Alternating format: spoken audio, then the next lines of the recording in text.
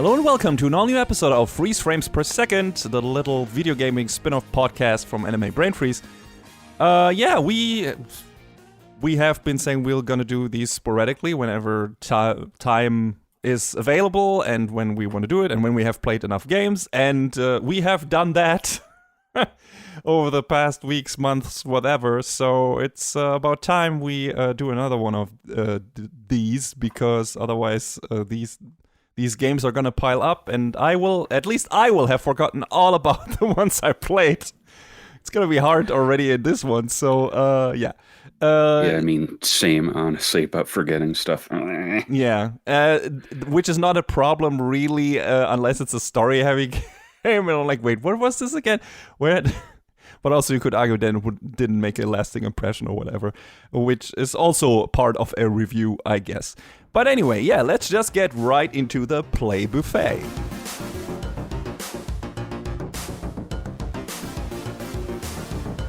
John will start us off with a couple of retro pickups from local conventions, if I'm not mistaken.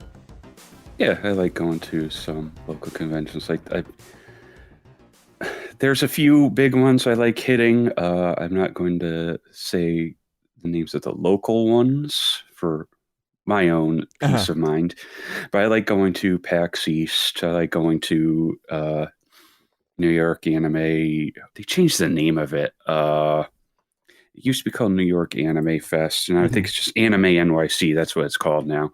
Oh, right. Much to the chagrin of me not liking what Crunchyroll does, but it's, one of the vendors that I like goes there, and they have lots and lots of retro games. Didn't pick anything up from them this year, but at one of the local ones I went to, I found a whole bunch of good stuff. I got some Super Famicom games, Final Fantasies 4 through 6 and Seiken Densetsu 3. The dude was selling them dirt cheap, and it was pretty hard to say no to $10 a pop. I assume those came without the box and the manual and whatever. Yeah, just the cartridges, which is fine.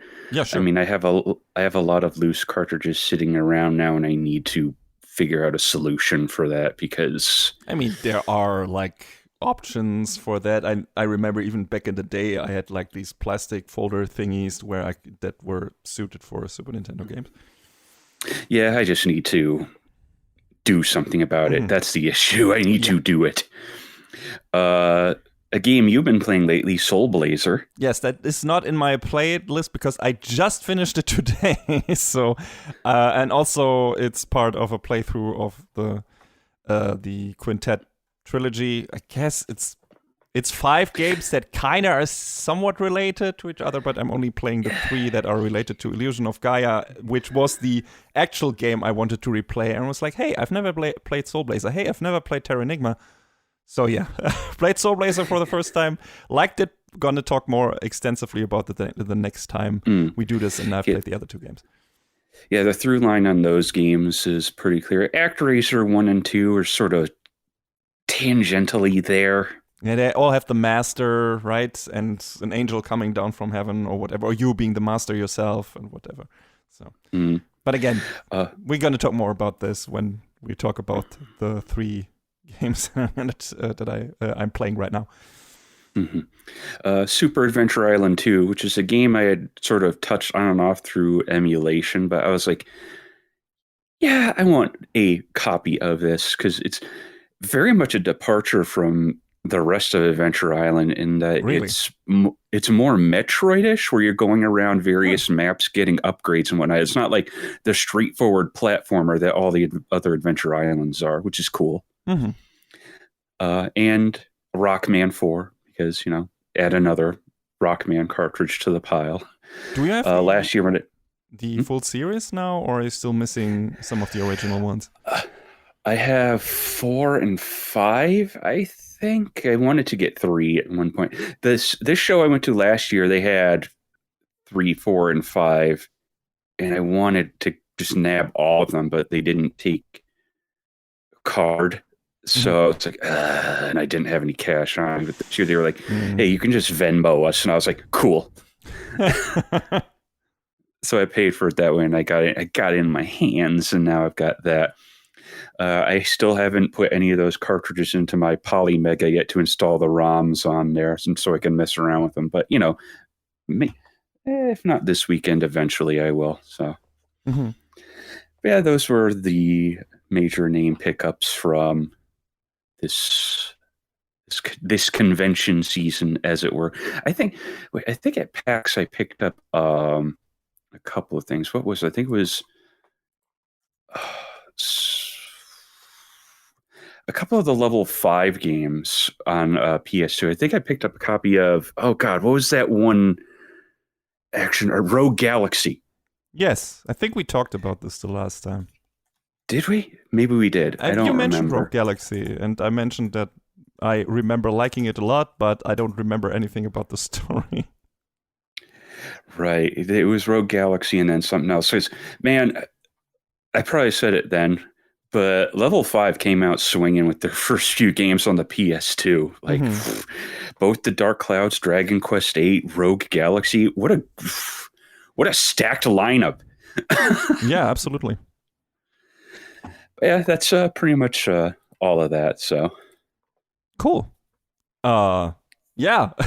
I didn't go to any conventions to pick up any retro games. I mean, I played a couple of retro games or retro-styled games. I'm now currently playing actual Super Nintendo games, so looking forward to more of that, because definitely was in the mood for some nostalgia stuff. But we also played, both of us, some modern games, some very modern games, actually.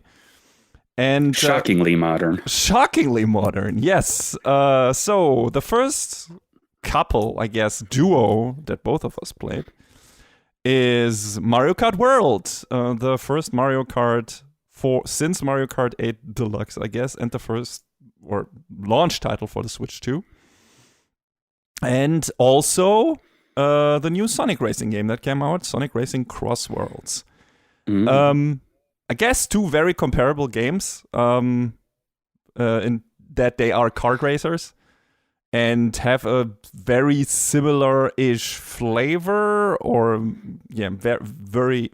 were very comparable in certain regards. They, of course, also have their differences and stuff like that. But you could see the influence of Mario Kart in Sonic Racing, and I believe, well, you could also argue that Diddy Kong Racing had some influence on later installments of Mario Kart in terms of what you were able to do there, and the same had influence on Sonic Racing. Yeah, I mean, I never played a whole lot of Diddy Kong Racing, but I feel like Mario Kart sort of looked at the way that game did drifting after Mario Kart 64 and was like, yeah, that looks pretty good. Yeah, because drifting in any game. Well, in Super Mario Kart and Mario Kart 64, drifting in those games was rough and frustrating. You might as well have just driven straight through every curve. Yeah, that's true. Which is a lot of general racing games that are not kart racers. I feel like I have a problem with the drifting mechanics, where I feel like they should handle differently. They should handle more arcadey, and you're just running into a wall over and over again. You have to brake a lot, and that doesn't feel satisfying to me. Which I feel like these two games don't do. So they're usually very much to my liking, just in terms of base mechanics.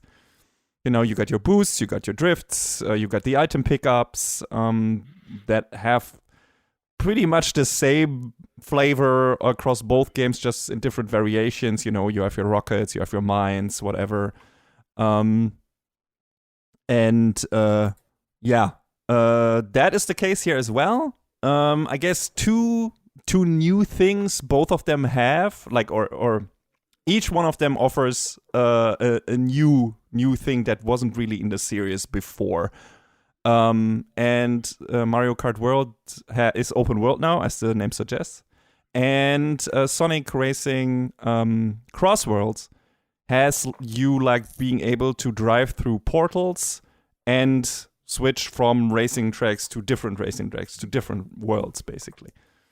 And I don't know how you feel about these two features just in general, John. How do you feel about them? I think it's better executed in Sonic CrossWorlds. I would agree with that. Because you're going through different portals, and but it boils down to, it's still a bespoke track that you are racing on. Mm-hmm. And it's got different obstacles and different this and different. Mario Kart World, you're racing on highways. Yeah. Yep. Wow. Whoa, look at this straight line to this straight line. The tracks that are actual tracks are neat, but they're so few and far between. Mm-hmm. And I guess people found a way to be able to race on them online if you picked random. Okay. And then Nintendo was like, no. That's not how we want you to play the game. Yes. You paid for it. And they patched that out, which is like, for what purpose? And Nintendo being Nintendo. That's just... And then the open world map's like, yeah, it's big and you can explore it. And yeah, that's pretty much it. Yeah. I was expecting when they were like, hey, this is open world, was like, oh, okay, so you can have the normal tracks, but you can also go off track in free roam mode and just have activities everywhere, like you usually have in open world games. You maybe have some trick sections, you can maybe on the usual tracks do some other stuff, not just the races, like Burnout maybe, where you have like the crash courses, you have the racing course, you have the elimination stuff and stuff like that, right? The elimination races and things like that. And I was expecting something like that from Mario Kart World, and also like, hey, here's some secrets hitting, maybe some costumes hitting, and technically that is in there, but that's also on the tracks, because the additional costumes you can pick up during the races if you get the right item. It is easier in free roam mode, where you can just go around and spawn that shit over and over again if you still missing one costume, but technically you can also pick them up on normal tracks. Some of the characters you unlock are so weirdly specific. Like, you have to be in a race at a specific position, hope someone spawns Kamek, and then he has to zap you and hope you turn into that character. Yeah. It's like, that's stupid, man. Come on. What year is this game coming out in? Yeah, for that, the free roam mode is definitely better. Like, if it works. Like, if I don't know if that works for all the costumes you need to get, or if you have to get some of them in actual races. I think some of them you do need to be in actual races, like the Kamek ones. So great. Okay. But I think the main problem, and you already touched on that, for Mario Kart World, is that due to the open world nature of it, a lot of its racing is lacking an identity. Like, there are no there are a couple of identifiable tracks, but a lot of them are merging into each other, where you have this one track that is kind of close, but then it's open up, and you drive to the new one, and that becomes the next race, and so all of these tracks are kind of blending into each other, and you don't have that many differences between them. And also the music constantly switches. It's not one specific music track for one specific race track. I guess the music I have less of an issue with, only because this is like a Smash Brothers style soundtrack, where it's like, can you think of a song from a Mario game? It's in there, and it's a really cool version of it. Yeah, I get it. But then the thing is, okay, then I'm going to listen to that as a soundtrack while working or whatever, or doing anything else. When I'm doing the race, I want specific songs like that are geared specifically towards that racetrack, because I don't know, that just belongs to me in this kind of racing game. No, I get you. That's true. That just bothered me, because it felt like I'm just going through the motions. There are a couple of, like, the first Mushroom Cup or whatever, at the end, the Donkey Kong level or whatever it is, that was pretty identifiable. Everything that came before that was just like, okay, I don't even remember which was which, and the tracks are very wide, because now you also have an increased amount of drivers on the track, so the road needs to be wider, so everyone can fit on there, which makes it feel slower, even the higher CC ranks and whatever. So it wasn't really my thing. I played the shit out of Mario Kart 8 Deluxe. I played through all of the different cups and all the different leagues or whatever, up to 200, I think. I don't know if I perfected them all and got 3 stars everywhere, but I at least got gold everywhere. That I know. That I didn't do. I just raced on everything, and then when someone was like, "Hey, let's play Mario Kart," okay. Yeah. But I really loved that game. There were so many tracks that I enjoyed. Like I think that version of Mount Wario was one of my favorite tracks, and that's where the music stuff plays into it, because I think the music was so well employed in that particular track where you go down the slope on the snow and everything, and then the music really picks up for the third lap, and it's like really this high speed downhill race, and it's super exciting. And I think that is one of the perfect Mario Kart tracks and perfect Mario Kart music tracks and everything. And I loved that. And Mario Kart 8 Deluxe had a lot of that shit. And in Mario Kart World, I mean, I haven't played it as much, of course. I really went through all the cups only once in 50, I think. And after that, I was like, okay, I think I'm done. Yeah, I think I only did 1 or 2 of the GPs in 100cc. I'm going to go back and eventually just do them all just to have all the tracks unlocked, because there's a final GP that unlocks after you beat all the others. So, yeah. But I didn't play 8 quite as extensively as you. But man, 8 is crazy because it's basically at this point like, God, 2.5 games worth of content? Yes, that on top of it. I mean, World can still get there. I don't know if it will.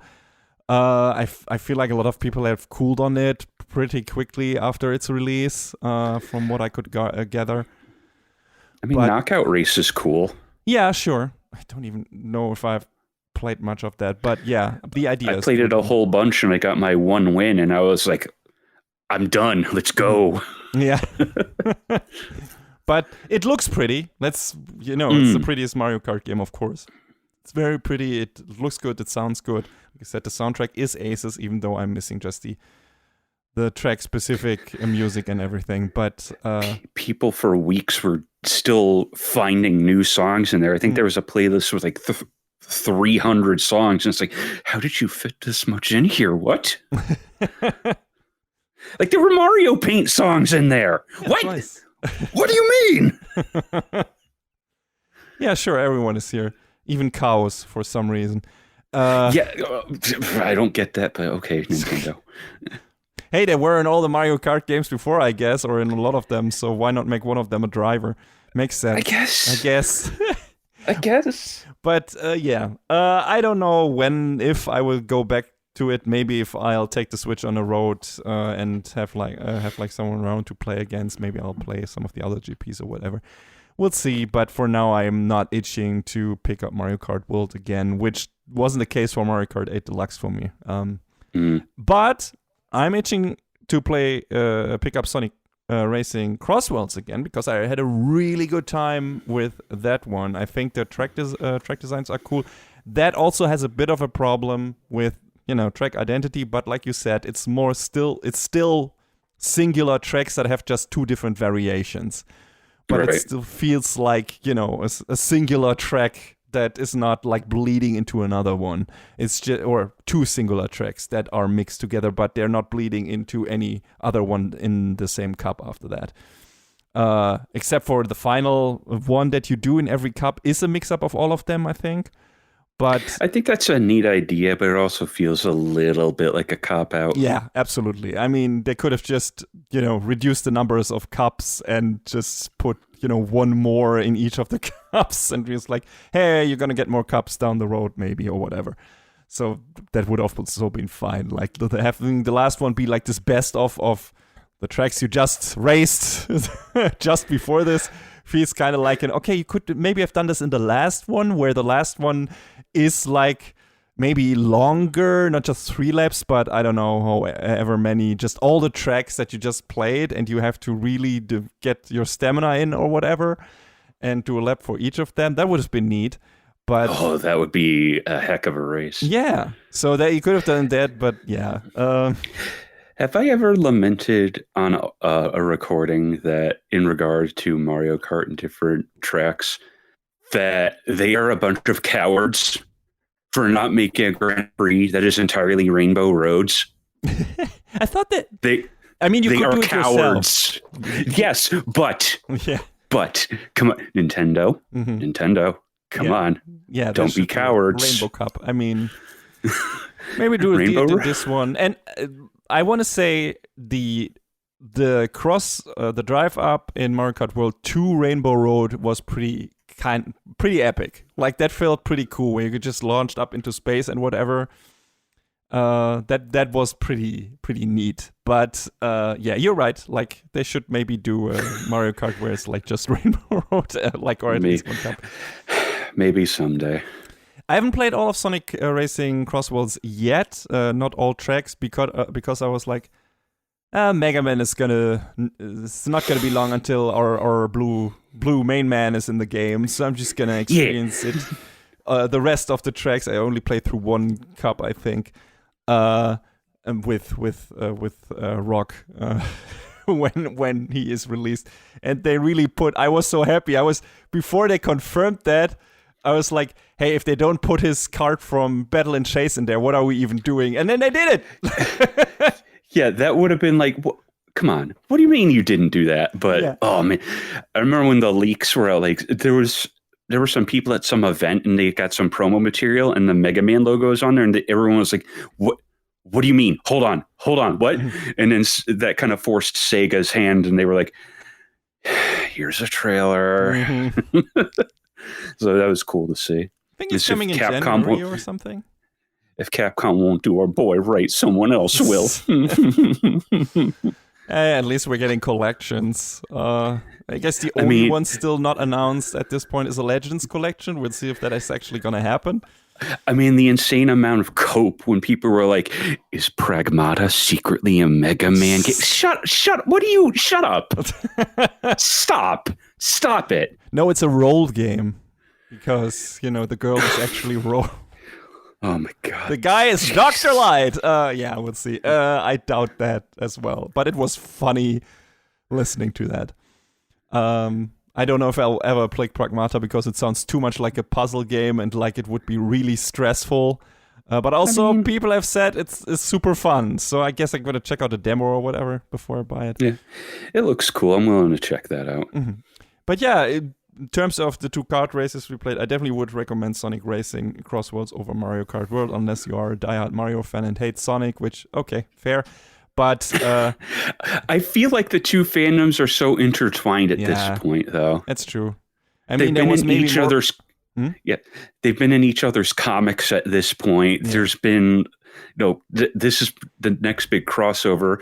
Friggin', there's another crossover coming after this where there's supposed to be Sonic levels coming to Pac-Man World Repack 2. Yes. Mm-hmm. Which is awesome. That's like they showed a trailer for that the other day. I was like, what do you mean I'm running around in Green Hill as Pac-Man, huh? Yeah, sure. What? Why not?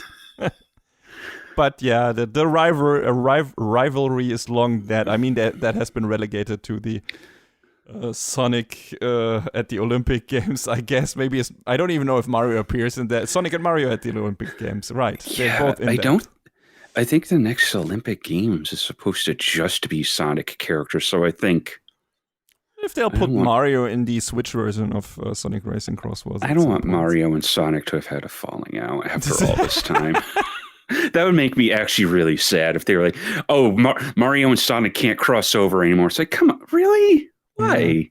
I mean, yeah, I don't know. But yeah, definitely in terms of these two games, I would recommend Sonic Racing over Mario Kart World. And, I love Mario Kart at Deluxe, but I also love Sonic Racing Transformed, which is also next to Mario Kart Deluxe, probably my favorite kart racer, and they might be on the same level. And I was disappointed with Sonic Team Racing, so I'm glad that Sonic Racing CrossWorlds definitely goes back into more of the Transform thing, even though I'm missing the Sega All-Stars bit, which a bit is in there, of course, now because we have crossover characters from other games, so it's not just Sonic characters anymore. Yeah, so you can race as Ichiban. Yeah, you can race as you can race as Hatsune Miku. You can also race as Joker from Persona, so there's some stuff in there, and Mega Man, like we said, so that's cool. If it's only the Sonic characters, I'm like, okay, whatever. But if it's more guest characters and stuff, I'm all on board. It feels like Sonic Racing is the proper successor to like Mario Kart Arcade GP, which was the big crossover game they had. Like, I'm still like, I love Mario Kart 8 Deluxe as well. I'm still a little disappointed they didn't lean further into it and make it more like Smash Kart. Just bring in everyone. Like at one point, I remember there were rumors like Kirby's going to be a playable character. I was like, put him in. Yeah, sure. That makes Do sense. And we'll see. Maybe they'll do that in World because there are already so many outlandish characters in there. But yeah, but it's all just Mario characters. Like in 8, we had the Villager and Link, and we had who else the was Blue there? Falcon, Isabelle. Yeah, that was nice. We did have Captain Falcon, right? We only had his it had the car, Big Blue, and Mute City. what was the other track? Mute City. That's it. Yeah. I want a new F-Zero too. Everyone does, but Nintendo won't give it to us. Yeah, we'll see. Hey, you can now play Mario Kart F-Zero GX on Switch Online on the GameCube. That's nice. Mm-hmm. That's not what people wanted. Yeah, they wanted a proper remaster. Instead, we're getting Kirby Air Riders. I want to talk about that for a quick second. We didn't put it on the docket, but I played a little bit of the network test last weekend. That game's pretty fun, and I think it's going to be a really good one. So, and I think there's another network test either right now or later on today. So yeah, I'm interested in it. The thing is, I heard this game is more about this city free roam thing, and I'm more into the normal racing stuff. So I don't know how much that game will be for me. Well, I think you'll still be able to do regular races. Yes, online, you can, but it's not the main focus. But I mean, yeah, city trial will be the big focus. But if you just want your regular old race, you could just. You can go do that, and I'm sure there will be plenty of people playing that mode. People have been so starved for Kirby Air Rider since... When did it release on the GameCube? Jesus. I don't know. But it's been a minute, and I know it was a big cult favorite, and I never played it back then. Me neither. Which we'll talk about in a little bit, that now I have no reason not to. But... now that there is a new game coming out and it looks really nice and it plays really well, I'm actually really excited for it. Yeah, I'll definitely look into it. I mean, there are a lot of other games coming out that I want to play 1 in 2 weeks for, I think. When is Metroid Prime 4 coming out? Like 3 weeks. It's the first week of December. So I need to be done with Illusion of Gaia and Terra Enigma until then, because then it's going to be all Metroid, baby. I'm putting that on my Christmas list, so I'm not getting it right away. So yeah, I hope I can. I will do my best to avoid. But I mean, I don't know about you, but I use Twitter and Blue Sky so sparingly nowadays that avoiding spoilers just seems really easy for me. I do it way too much, but I feel like people spoiling shit on Blue Sky is not as bad as it was on Twitter. It feels like there are less intentionally asshole-ish people around who try to slide into comments of people posting about the game and then posting screenshots of endgame stuff and, important scenes from movies. That constantly on Twitter. On Blue Sky, I've encountered that, I don't know, never. Just someone maybe accidentally just talking about it without thinking about that is an endgame thing that they're talking about. So, and if I'm too incessant on, oh god, I don't want to know anything about the story of this game, I'm just not going to use it until I've played the game. I'm just not going to use social media, which is in general a good idea. Don't use social media as much, if at all. But John, you have played a couple of other games. What's the next one you want to talk about? I guess I'll talk about a couple of things I can knock out real quick. A couple of mobile games I've been looking at. Well, one mobile game I can mention is that I stopped playing Pokemon Trading Card Game Pocket. I feel like I got to a point where I was like, this game is still neat, but I feel like I've seen everything it has to offer. And then they started making really weird decisions with it after I quit. So I was like, oh, okay. I hit the eject button at the perfect time then. like they started offering this one card pack that's like, oh, it's all high rarity cards, but there's like, I forget how many cards were in the pack. It was like some absurd amount that you would have to wail like an idiot in order to get all of them. And then sometimes, and it was like other sets combined, but sometimes you wouldn't always get the card you wanted for the set you were trying to complete. And the developer at one point were like, oh, well, we're going to be rolling out a fix for this in summer of 2026. And I'm like, what do you mean it's going to take half a year for this? Why? Huh? Seems to be quite an extensive bug or whatever. I don't know, but it seems like a long time for a fix like that to come out. So I was just like, I'm sitting back seeing, like, I see a couple of our friends still play it and trading back and forth. And I'm like, I'm glad y'all are still enjoying it, but I'm just like, Nah. I wanted to move on and try some other stuff. Understandable. Because Umamusume released.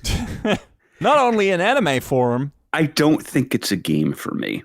Oh, okay. Surprising. But I think it's a neat game because it's more of a management game where you're trying your best to help the girls, up their stats so they can win races and move forward. Like every time you select, oh, I want to do a career, you're starting fresh. So it's kind of roguelike-ish on each run, but you are carrying forth stats from your other racers, and you have these support cards that you can use to put in to up your stats. You could borrow a support card from a friend and that sort of stuff. And it comes down to a lot of RNG for a long time. And there's this website called Game Torah that people were using to be like, because there's at certain points in the career where it's like, it's also largely visual novel-ish where they present you with choices. Each choice has a different effect. And now with the latest patch that they rolled out, you can see the effect of each choice without having to go outside the game, and it makes the game infinitely more playable. Yeah, sure sounds like it. Which is fantastic. And it'll even tell you like, oh, this choice will lead to this.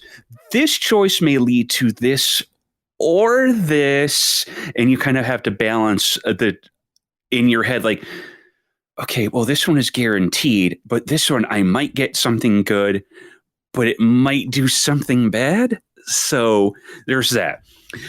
It's also a game of balancing out your character's stats, because like when the game launched, it was kind of in a place where you could just mash the speed button all day long and your character would max out their speed and just win every race. Okay. I took Sakura Bakushin O all the way to the end of her career just by mashing the speed button. I was like, wow, this is great. It's a win button.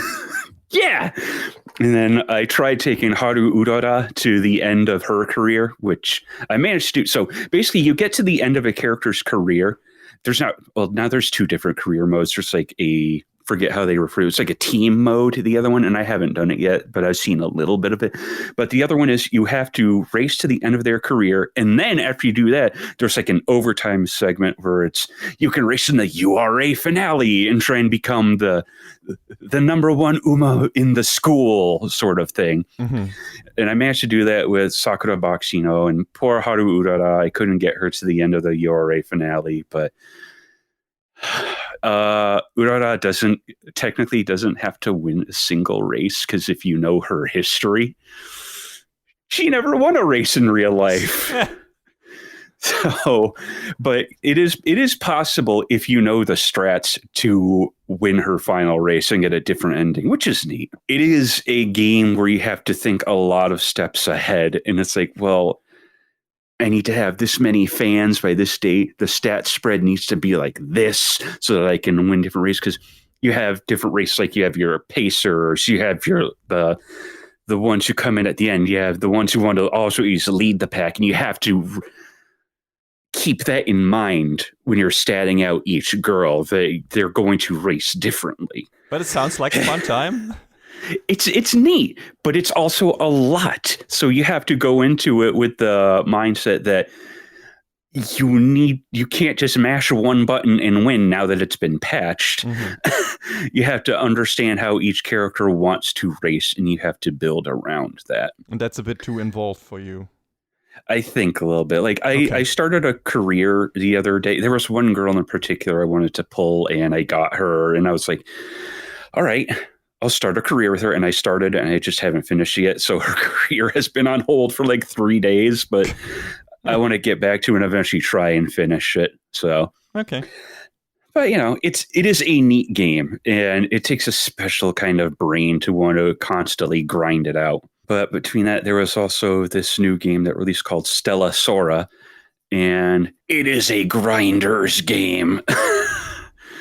Because the idea behind it is, I'm not quite sure how to describe it, because a lot of it is just centered around grinding.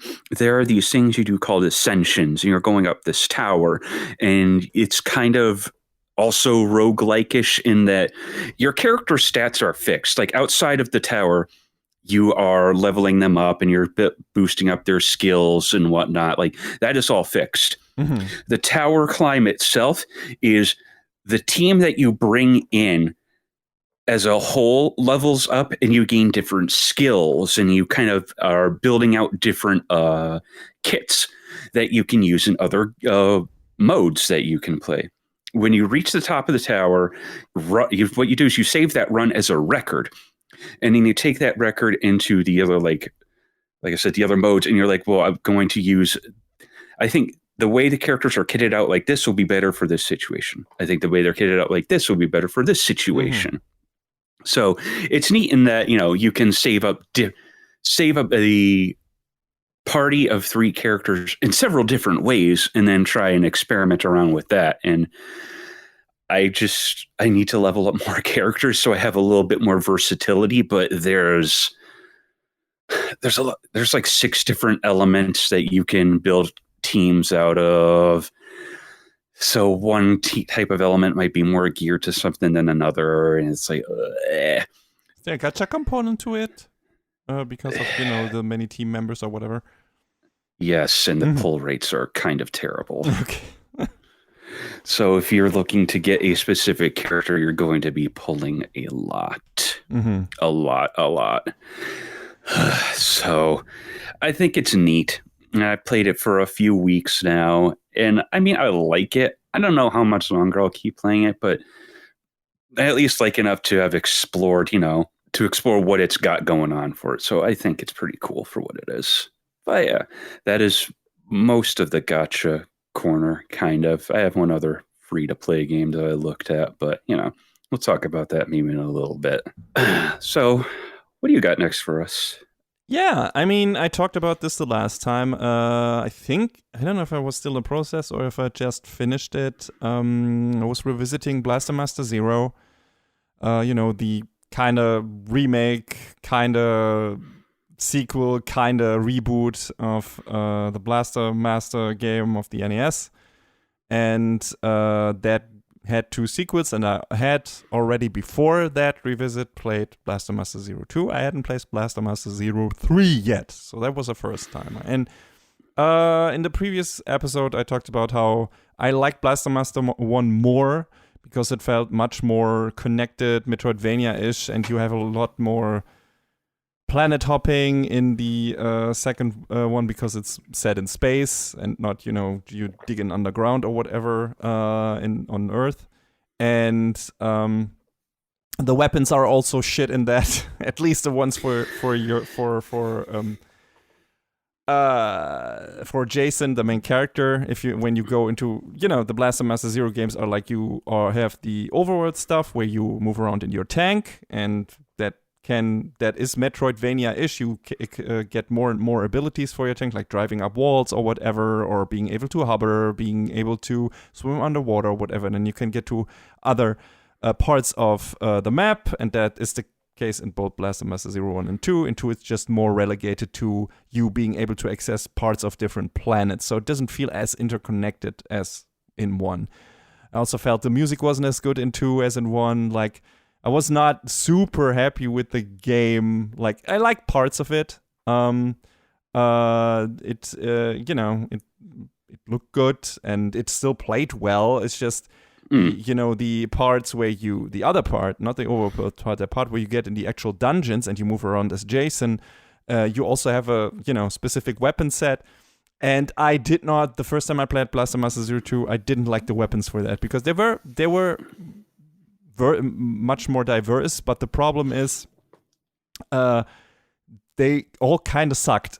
And the problem is when you get hit in that game, you lose basically a weapon slot. So if you have leveled up your weapon to the max and you get hit, you get downgraded a level, and so on and so on. So the more times you get hit, the weaker you get. And the problem is, in Blaster Master 1, you have at least a couple of weapons before the final level that are still okay. In Blaster Master Zero 2, kind of every weapon before the final max one sucks. So I still hadn't finished 2. I was kind of getting frustrated with the whole dodging thing that you had to do sometimes. That was kind of like, I didn't quite grasp that the first time I played it, and that was the thing that really opened up for me on this playthrough, where I really leaned into the counter stuff and the different versions of the counters you had for the specific situations that you could equip, and that made the game a lot more enjoyable and playable once I actually said, I should be using this counter here instead, the normal one, and this other counter makes more sense for this boss and whatever. And the game is really geared towards you like just abusing that counter mechanic. And if you don't do that, you're gonna have a bad time. So once I actually got myself invested in it and stopped playing Blaster Master Zero 2 like Blaster Master Zero 1, I had this time a lot more fun with it. Enjoyed it a lot. I was like, this is actually good. It's not as good as the first one, still in my opinion, because like I said, it doesn't feel as interconnected and more level-based, which I don't mind. But when the first game is set up like it was, that the second game not having that particular flavor, I was like, okay, I don't know if I want that from this game. But I like the new characters that you get, the other Blaster Masters that you have, that you meet on the different planets. They're all quirky and fun with every one of them having like their little android body like you do with Eve and everything. And, you have a mission of saving her or whatever. That was cool. Like, I liked the story more in the second one than in the first one because it was more involved, I guess. Although I already liked it plenty in the first one. And it has a great finale and everything, and really epic and everything. And then I went to Blaster Master Zero 3, and I think that's my favorite one. Which doesn't necessarily happen always in the trilogy, I guess. But I think this was just putting together the best parts of 1 and 2. Yes, you still have it be a bit more planet hopping, but it's also more connected Metroidvania-ish than 2 was. So it feels like they were really trying to blend parts of 1 and 2. You got better weapons. I think that's the problem I'm talking about. It's been too long since I played this. I think the counter mechanic is still there. I don't know if I think they added some stuff to that and some different counters. But you meet new characters and everything. The levels are damn cool. And the story really went places at the end, which I did not expect. It got really out there, really anime, and was pretty fucking cool. And there were some nice twists in there at the end. And a really, Jesus Christ, fucking hard boss fight that is not skippable. Like, that's not an optional boss. I won't give it away against who that fight is, but small spoilers, it's a returning character from the second game. And it's Jesus fuck. That really, like, until I understood what I had to do, like the first couple of times I thought that was like, what am I supposed to do here? I'm just dying. Like, I haven't even taken down half of his health or whatever. What am I supposed to do? And then, after doing a couple of things and trying a few things, I was like, oh, okay, I get it now. Which is kind of like the best kinds of bosses when I feel like it's hopeless, and then I discover the one thing where I'm like, oh, this is how you're supposed to beat the guy. And it's still super hard, don't get me wrong, but it's doable. And I was like, okay, I see the light at the end of the tunnel here. And that was one of those really, like, when you beat that fucker, fists in the air, and like, yes! I gotcha, bitch! And that was really good. And that also all leads to a very satisfying finale in terms of story. It's not the final boss fight that is so hard. That was actually kind of easy, I think. But the one right before that. And, everything that comes after that. And then you have this really cool credit sequence and a thing at the credit sequence. So the problem is I don't want to spoil it, but I also don't want people on missing out on a key thing at the end of the game. So when you think the credits have rolled and the game is just lingering on a specific shot, try pressing a certain button or something on the D-pad again, please, because otherwise you're missing out. Because the ending is a bit interactive. And so I won't give away what it is and what it does, but if you've seen the cover of 3 of Blaster Master 03, or at least of the version that I have, the entire game was like, wait, when is that gonna happen? I feel like we're still missing that. And so the ending gave me that, but that really happens at the tail end of the credit, and it was really nice. It's kind of a bittersweet ending in a way, but also really cool and out there and sci-fi and everything. So I did not expect that from that game. And I mean, I've played a lot of Inti Creates games, and I feel like the story in the Gunvolt games is kind of like, okay, all right, it's okay. But I was really happy with how Blaster Master Zero wrapped up. And I hope they don't give a fourth one because this ending feels, or do a fourth one because this ending definitely feels like a definitive ending. Like, is a full story from 1, which they maybe didn't even think they would do it 2 and 3 at that point, how that wrapped up. But 2 definitely feels like, okay, there's more coming. And 3 definitely feels like, this is it. This is like the ending we had envisioned for this, and this is how we wanted to wrap this up. And like I said, it was much more elaborate than I expected it, and much more emotionally engaging. I was really like, at the end, that was really nice. That was really cool.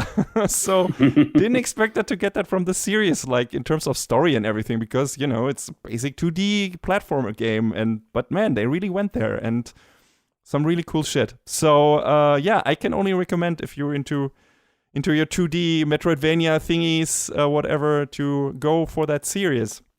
And if you like I said, if you don't like 2 that much, try to really figure out the counter mechanic and really try to use that and abuse that. And just to get to 3, and 3 is obviously worth it, in my opinion. And yeah, I had a really great time with this. I was really happy how it wrapped up. So yes, Blaster Master Zero, good series. Definitely one of my now ranking very high in one of my in my favorite 2D series platformer thingies that I've played over the years, especially when it comes to doing new games retro styled. Cool stuff, John. What else have you played? I guess a couple things that I'll touch on that I've started, or one that I started, and one that I sort of just looked at out of curiosity. Took a look at Sonic Rumble. It's basically Sonic Fall Guys. Oh yeah, okay. I mean, it's goofy, it's silly for what it is. I won my first match, and I was the ultimate Sonic Fall Guy champion, dude. I heard it's kind of bad, but I haven't played it, so I mean, it's okay, I guess. I don't know whether or not to say it's good or bad, but like I said, I started up out of curiosity, and I was like, okay, sure. It's very derivative. Very derivative. But, I don't know really what to say beyond that. But if you're really that much of a Sonic super fan, and you know me, I don't know if I would continue playing it, but every once in a great while, it might be fun to be like, hey, I want to play this to stomp on the stupid kids who are playing this. But that is what it is. There's an indie game I started messing around with called Bounty Star, The Morose Tale of Graveyard Clem. That's a title. It is. And it's very, very descriptive of what the game is about. It's about this woman named Clem McKinney, who's like this.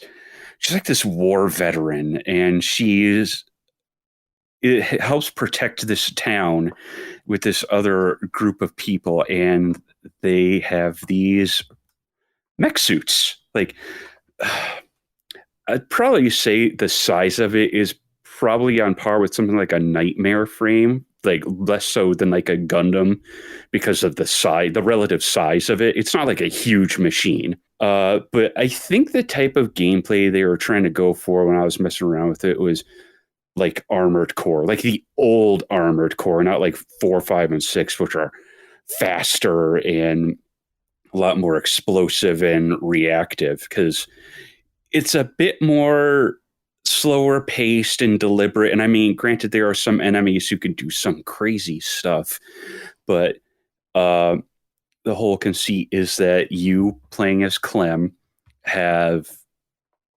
just driven these bandits out of town one night, and then on their way out they decide you let them free, and they decide on the way out, hey, that was real neighborly of you, we're gonna blow up your town anyway.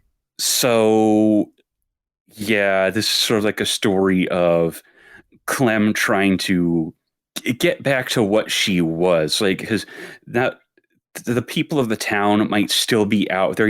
Obviously, there were a lot of people dead. There were a lot of people who just like got out of there when they could. And now she's out there doing a whole bunch of bounties, and you have this base that you're building up that you are sort of like building as this homestead. You can have livestock, you can grow plants, you can cook meals before you go out on missions that give different buffs to you and the robot. And there's a whole lot of customization to the robot as well, like different weapons, different accessories, different types of armor and frames you can put on it. So it's really neat for what it is. And I've only played a little bit of it so far, but I'm looking forward to messing around with it a bit more. And I just think it's really cool that it's not trying to be the big robot game that Armored Core 6 was. And I think Armored Core 6 is a great game. Mm-hmm. But this is, a much smaller scale. It's more level, it's a lot more level and mission based. Like Armored Core, yeah, there are specific missions out there, but it feels a lot bigger in scale than this is. And I just think it's really neat. So I'm looking forward to playing more of it, and I think it's cool. And I hope other people check it out, because it's definitely a smaller budget game. It's not like your big $60, $70, $80 game. It's $25 if you're interested. So, and the publisher Annapurna, they like putting out a lot of, publishing a lot of really cool stuff. So glad to see glad to see the tradition continues. And with that kind of genre, actually, I didn't expect Annapurna to go into that, but yeah. I just felt like I'd put those two together just because, I haven't played quite as much of them yet, and I have a bit more stuff to touch on than you. So, what else you got? After Blastomaster Zero, I think I was still in the process of finishing up also Trials of Mana, the remake, but that I'd already talked about previously, so I don't have to bring it up. But I was always trying to sprinkle in 2D games, so I think Blastomaster Zero came before the second run or whatever, and I also played Berserk Boy, which is a Mega Man-like, different flavors. Has a bit of Mega Man Zero in it. Has a bit of Mighty Number 9 in it. But it's good because I played a little bit of the demo. So yeah, not even Mighty Number 9. Maybe it's more Luminous Avenger X, I guess, or X. You don't shoot the bad guys, you dash into them. Mostly. You get other powers too, and have other ways to kill them too. Later you get, which is the most fucking imbalanced skill, like overpowered skill. Later you get like a grenade launcher or whatever, and that is just killing everything. So you also have that, but in the beginning your main Berserk power is just dashing into the bad guys and killing them that way, and bouncing off them, and using the dash also to get the ground. So it's your main tool of mobility and everything, and you go through different levels. They have different flavors. I wanted them to be a bit more diverse because they all feel kind of a bit like, okay, still kind of in a tech environment in a way, so they're not that visually distinctive. I feel like there's enough in there. Definitely, you have your eyes fire or whatever, but still, some parts of the levels looked a bit sameish, and it didn't help that the map wasn't super great when it comes to you having to try collectible stuff, because you have to save base members, which is kind of like a Mega Man Zero thing, right? But you also have to collect medals and everything, and for that you have to teleport between certain things. Since it's an indie game, there were not that really good, many good FAQs out there when I played that, and I had to go through a long play or let's play of someone of the game and check out how they picked it up. So at least I found something on YouTube. Well, it was fun. The story is nothing to write home about. It was okay, but it was very basic. But the gameplay was fun. It was well thought out. It had some wonky stuff on certain parts when it came to movement, where it just the gameplay flow and the flow of you going through the level didn't feel as good. A couple of sudden death moments that were not super fair, which feels like it's also part of the Mega Man stable, I guess. But I feel like in a lot of those games, except for the really shitty ones, that is more balanced. Berserk Boy had some moments where it's like, oh god, this is annoying. Do we have to do this now? And then the respawn points are not necessarily great, where it's like, oh god, I have to go through this entire part again. Are you kidding me? But it was still 90% of the time it was super fun for me, and it was like, hey, this is a really good Mega Man so I can recommend that if you are into that series. It looks really good, really big sprites. I don't even know if they're proper sprites or if they are drawn over normal CG models or whatever, and how they actually designed it. But it looks really nice. It looks really Saturday morning cartoonish in terms of design. Would you agree, John? I mean, you played the demo. How did you feel about this?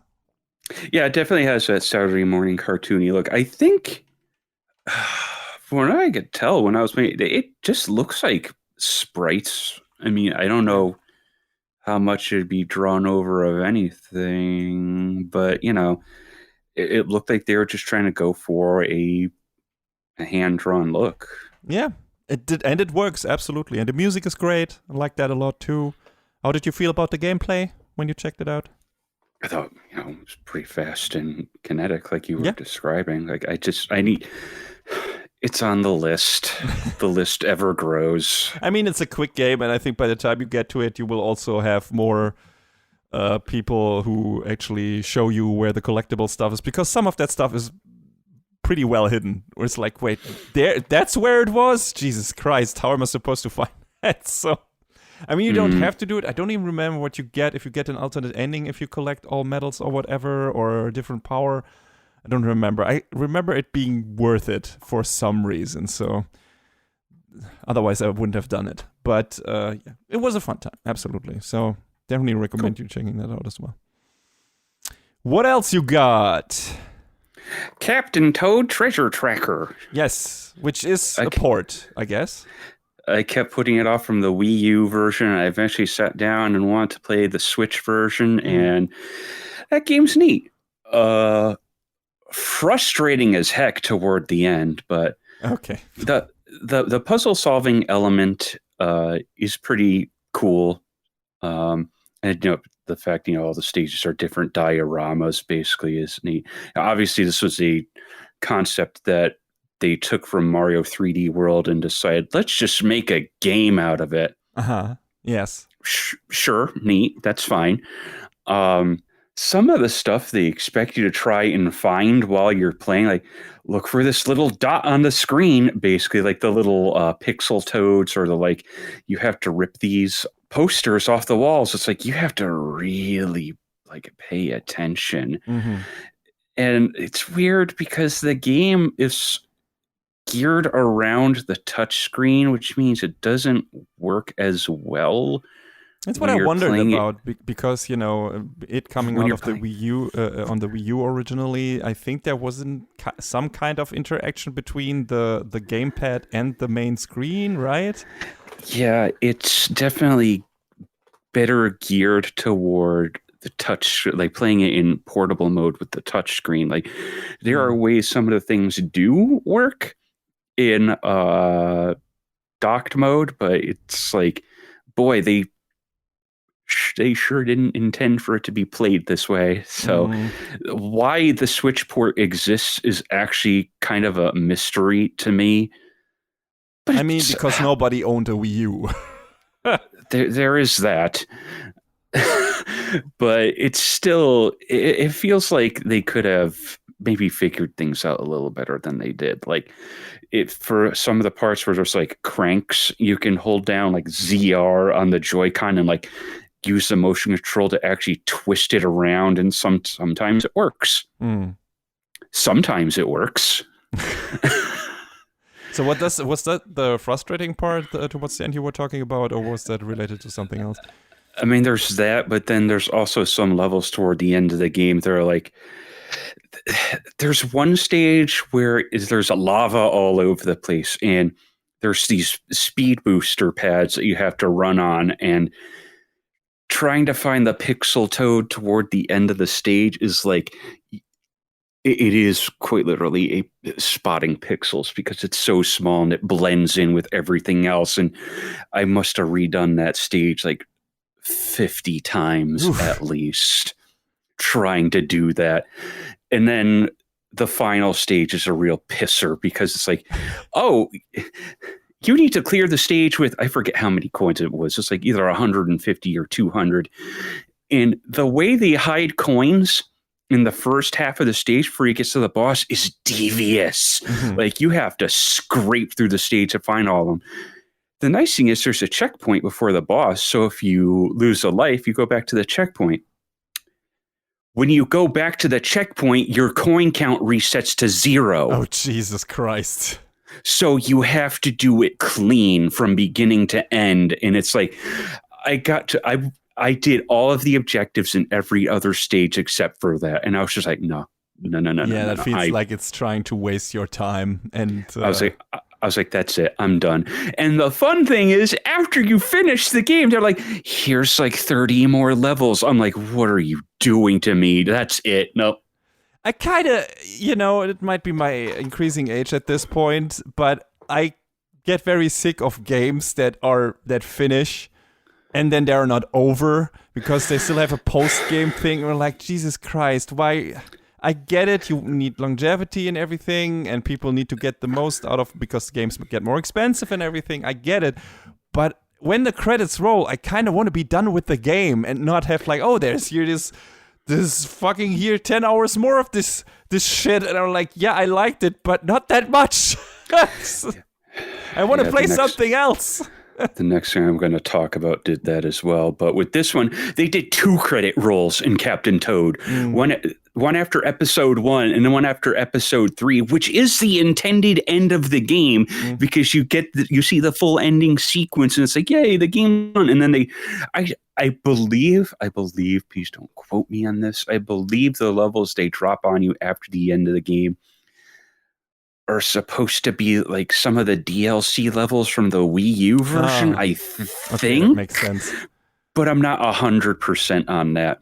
But it's still like, brother, please, brother, please calm down. No, I get it. And I'll talk about a game at the tail end of this that also kind of did the same thing. So I think it's neat, but it's also a lot of game. And I was just, by the end of it, I was so frustrated with like the last 3 to 5 levels. I was like, I want to be done. Please let me be done. Like I touched on some of the other levels a little bit and I was like, I could spend another probably 20 hours playing this game and I would probably just be sitting there like, when is it over? Yeah. So I just kind of walked away from it. I have the Wii U version. I touched it once, and I was like, "Oh right, I don't like puzzle games. Why did I buy this?" that's like the remake of Mario versus Donkey Kong that they released on Switch. Like, so after you finish the game, they're like, "Here's the Plus Worlds. They're new, and they have an extra challenge." And I'm like, "That's neat. okay. And apparently after you beat those, there's another set of stages. And I'm like, Jesus Christ, stop. Too much. Yeah. So I'll never play this. I won't get the Switch version of this. But hey, I'm glad it's, except for it being too much and the final levels and so on, I'm glad to hear that it sounds fun. It just was the most interesting thing to me was like, wait, how are they going to actually do the thing that they did on the Wii U on the Switch? Because, it's a different system. It works differently. This is also the thing I'm thinking about. If they ever bring over Star Fox Zero, like how will they do that? Like, you can use the right Joy-Con like a Wii U remote and point at the screen to interact with stuff. But the Joy-Con also works differently than the Wiimote because the Wiimote had, the infrared sensor. The Joy-Con only has the gyroscope. So if it's pointing in the wrong direction, you're constantly having to reset its position. But with a lot of games like this that have that feature, they actually thought of that, and resetting the position is just push a button on the controller. And it's like, okay, at least you got that figured out. Really interested to see. I got myself Xenoblade Chronicles X, which I will eventually play, but first Xenoblade Chronicles 3. Now that's going to finally run at a stable 30 probably on Switch 2. And there is a feature in that game where that was very much geared toward or tailored toward the Wii U experience, and you having this tablet with a touchscreen in your hand as well. It's not as integral in terms of actually having to move around, but it's like this map where you can do specific tasks, like do this management system with the nodes that you planned all over the world, and that you can quickly teleport between nodes. And you didn't have to open like a map screen for that. It was just on your tablet the entire time. And not having that, I wonder how that will play out on the Switch version. It's not problematic to port in terms of you just have to probably hit a button and then you get that. But that additional button might actually, make the experience worse than it was on the Wii U, because you constantly have to switch screens to actually use that thing. So I wonder how this will work. So interested to see it eventually. But that's the thing. I'm always interested to see when they do ports of Wii U games that actually did a bit more made heavier use of both the main screen and your Wii U gamepad in connection with each other. I'm always interested to see how they work that out for the Switch and if it's actually playable. Yeah, I'm not sure about that either, but I mean... But it seems to, like, they at least got it kind of working for Captain Toad. Yeah, that's good. Apparently people seem to have been fine with Xenoblade X on Switch. Yes, I've heard. Apparently it runs good. I'm looking forward to revisiting that game. It's been a long time. I hope now we're going to get a second one of that, because the ending is very open. So... How about the 60 FPS patches for that in the other Xenoblade games? Yeah. Like, people data mined out a 60 FPS mode in Xenoblade X, so... Yeah, I don't know if... They might do a Switch 2 version of that and then, release that in next year or whatever. Yeah, no idea if Monolith Soft is working on that or if they're working on their next big thing, whatever it may be. Xenogears remake. I wish. That'll never happen because Xenogears is so tied up in legal red tape between Square and Bandai Namco, and that's a bummer. That game deserves to get a full release with all the missing content that they weren't able to implement because of the mismanagement. I keep saying that after Final Fantasy VII Remake 3 comes out, do Xenogears, but it'll probably never happen.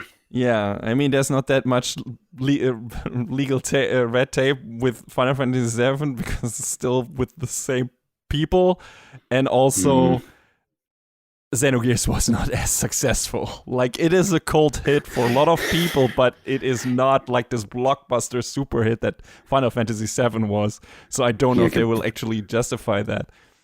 Yeah, on the other hand, blame FF8 for that. Yeah, but on the other hand, you don't need to make it as big of a remake as Final Fantasy VII. No. Just make it a fucking HD remaster in the style of that what they're doing right now with Dragon Quest and, the Octopath Traveler style, whatever. Just do it like that, only with Xenogears.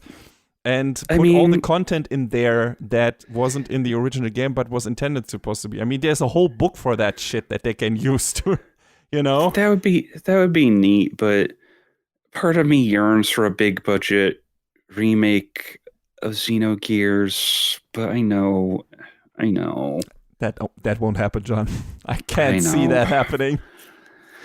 Unless Nintendo is like, hey, just, the Xenoblade Chronicles games have been pretty successful for us. Most of the guys who worked on that are with Monolith and whatever, or are there the people who worked under them and whatever. So just give us the rights to that shit and we're just gonna do a remake of that. I can't see anything.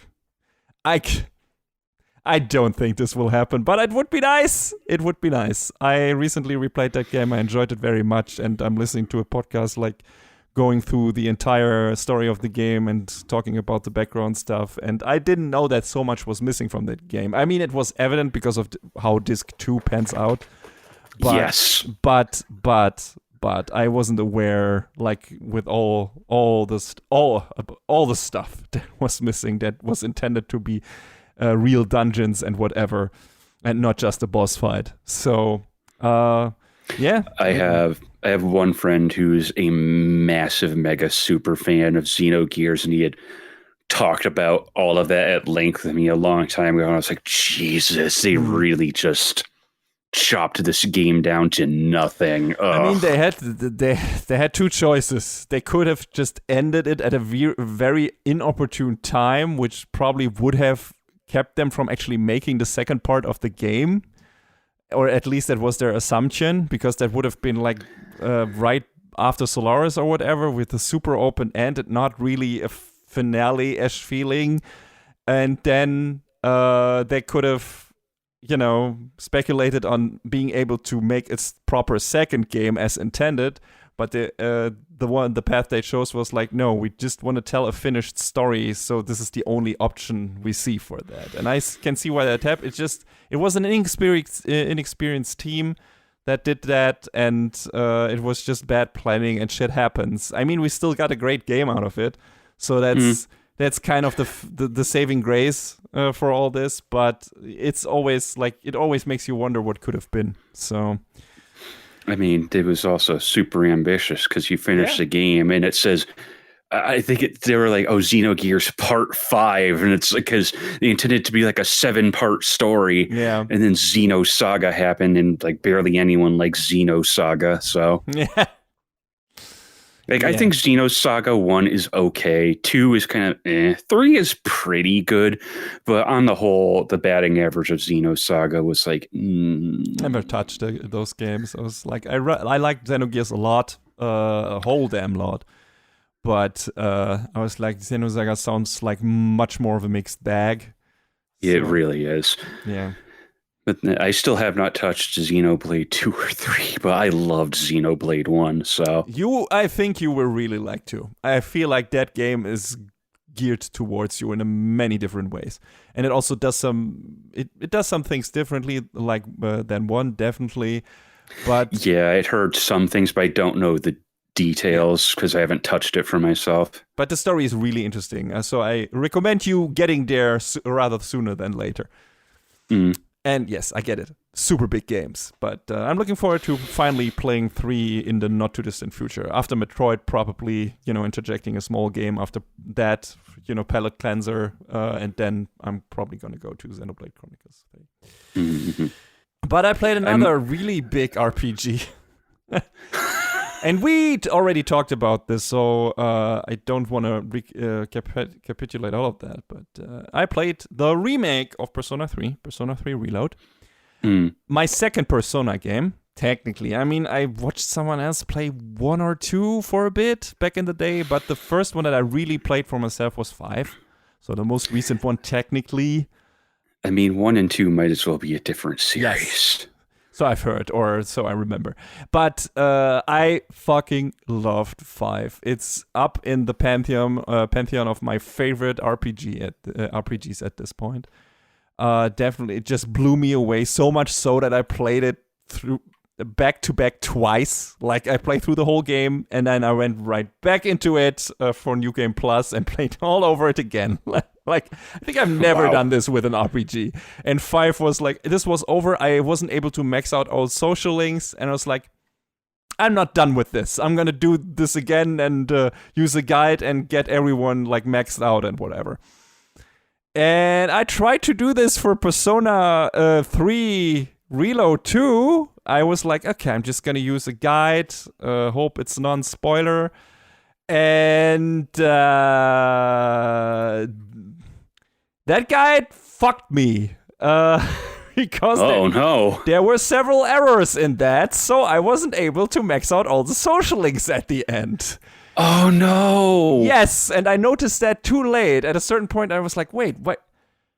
These don't match up. Like, it always said what level you reach in the social interactions in the guide. So I said, now you're at level so and so. I was like, wait, what? I'm missing 2 levels. How did that happen? And I went back, and they fucked up some of the planning in that guide, and didn't notice it themselves apparently, and just jumped for 1 or 2 characters from level 6 to level 8 without actually doing the legwork in the guide to tell you that you need to have the interaction with these characters at specific dates. They just forgot to put them in there apparently. And they focused so much on the beginning to get your social stats, so the stuff you need to get into certain buildings or to get good rewards in school or whatever, that I didn't have enough time to max out everyone at the end. And that made me really fucking angry. I even commented on the guide, and they removed my comment. I was nice. I was nice in the comment. I was just, please, to everyone who's reading this, don't use this guide because of these and these reasons. I didn't insult anyone, and they removed the fucking comment. Oh my god. That is scummy. Wait, let me actually yes, it was the Persona 3 Reload calendar guide from Game Rant. Shows me to use something that Game Rant does. Okay, maybe that was my mistake. But just for you people out there who intend to play Persona 3 Reload and want to do it with a guide, so you can max out all your social links, don't use that one. Because that one is bugged and there's shit missing, and you're not going to be able to max out all your social links. And if you're trying to find my comment under that article that says the same thing, it's not there anymore. So I don't know if the author of the guide removed that or if someone else from the site did it, but there is definitely there are definitely several errors in that guide, and if you follow it closely, you will not be able to max out social stats, your social links. So that was a bit of a bummer by the end there.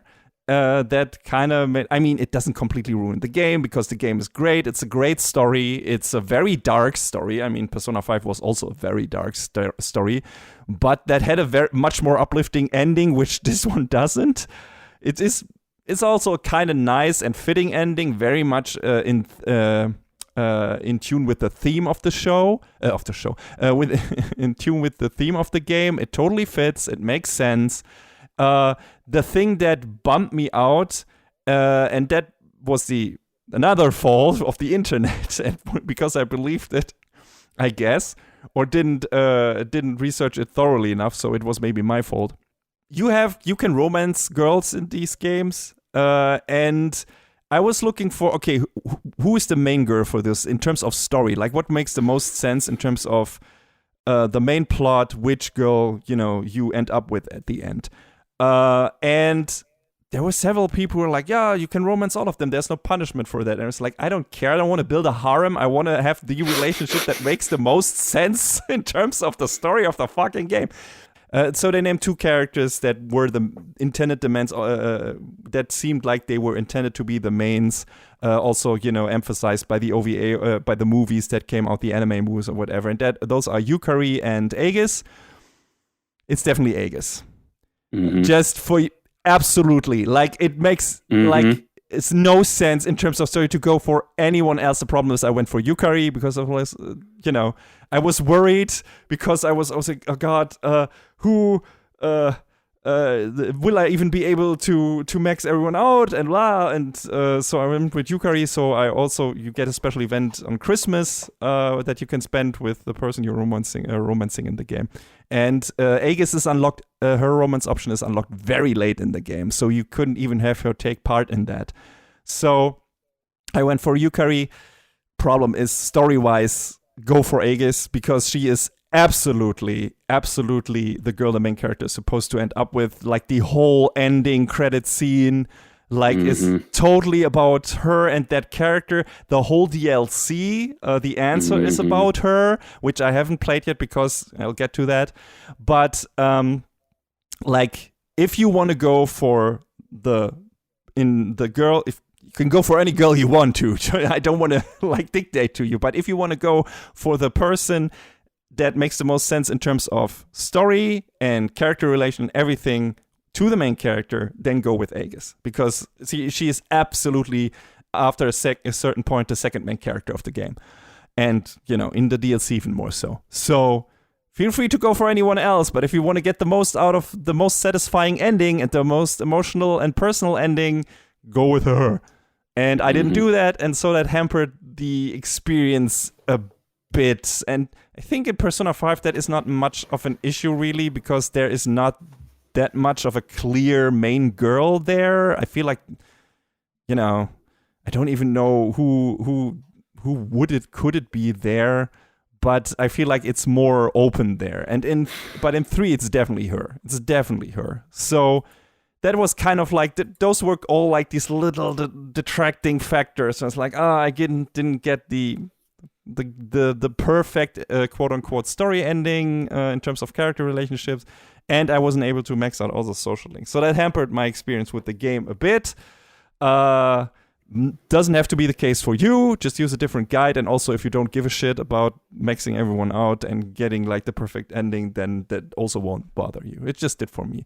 Outside of these misgivings, I had a really good time with Persona 3 Reload. Not as good of a time, just in general, as with 5. But that might also be because 5 was just my first real Persona game. And I had such a good time with that and such a great experience with the story and everything. And so, yeah, but the story in 3 is great. The characters are great. It has best boy Koromaru. And he was great. Jesus Christ, that dog is overpowered.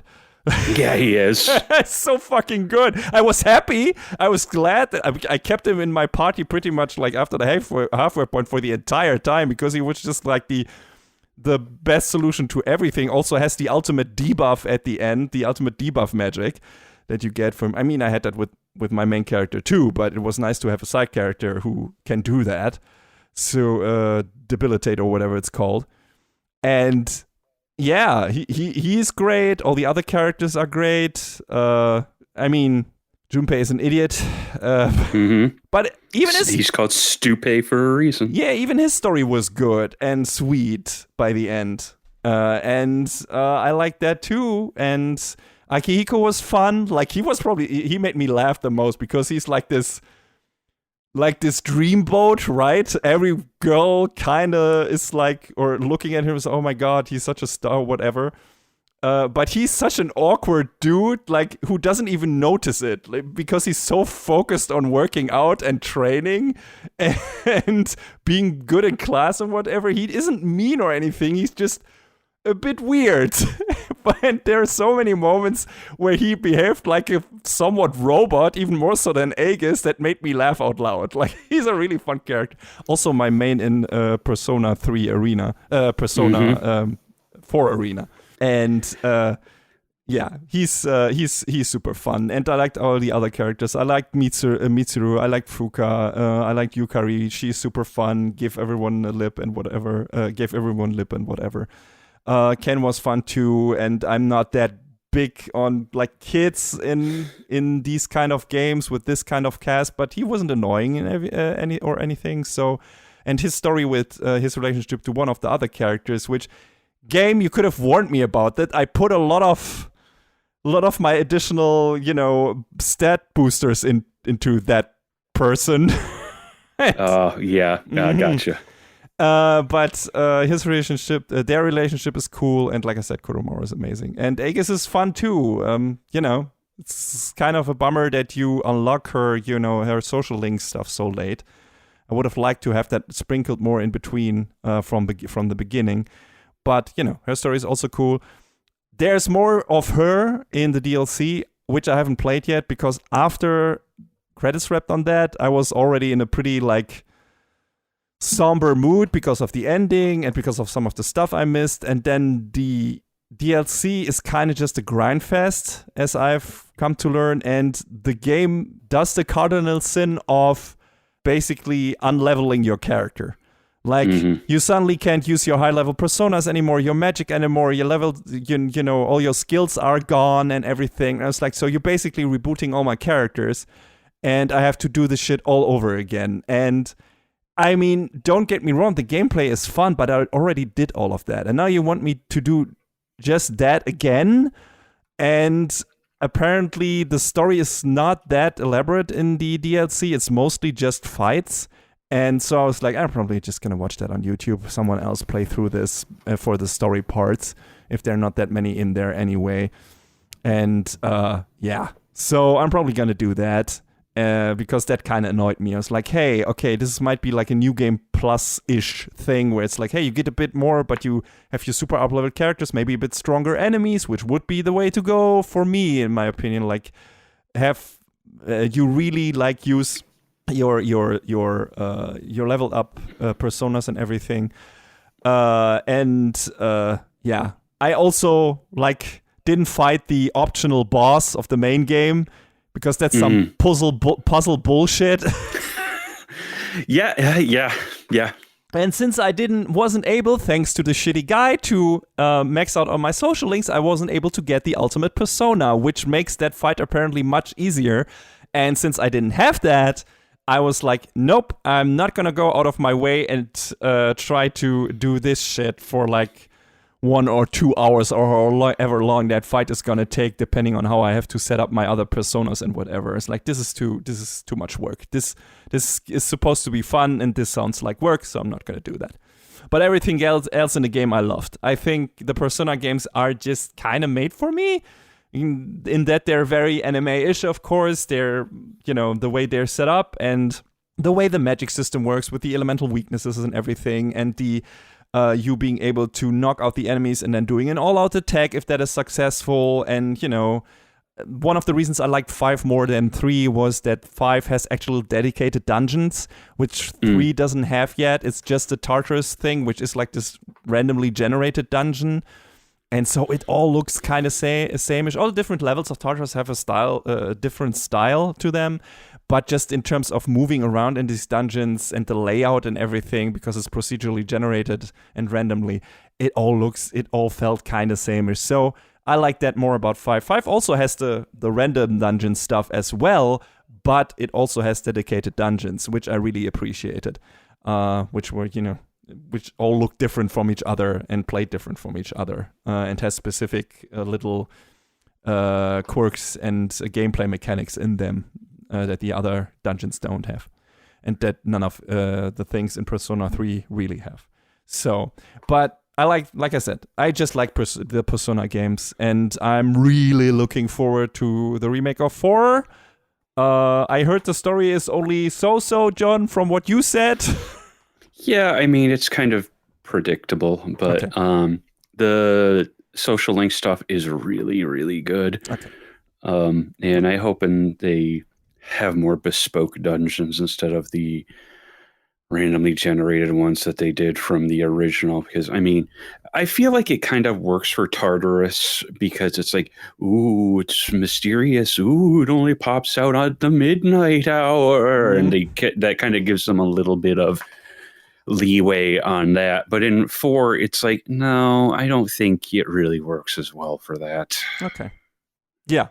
But, hey, I'm looking forward to becoming friends with these characters, learning all about them, and it's just a fun RPG. And don't know or haven't played that many RPGs that are just feel like classic turn-based RPGs, JRPGs, but are set in like current time, that are not a straight fantasy tale or sci-fi tale or whatever, and that's just set at a goddamn fucking Japanese high school. And then you go around and have all the social stuff in there, and fantastic music and presentation. I haven't even talked about that yet, because that's one of the best things about Persona. Persona 5, just the way it looks, just blew me away, and 3 does the same thing. Like, the opening credits are so amazing, and all the menu designs and the music in those games is just so goddamn good.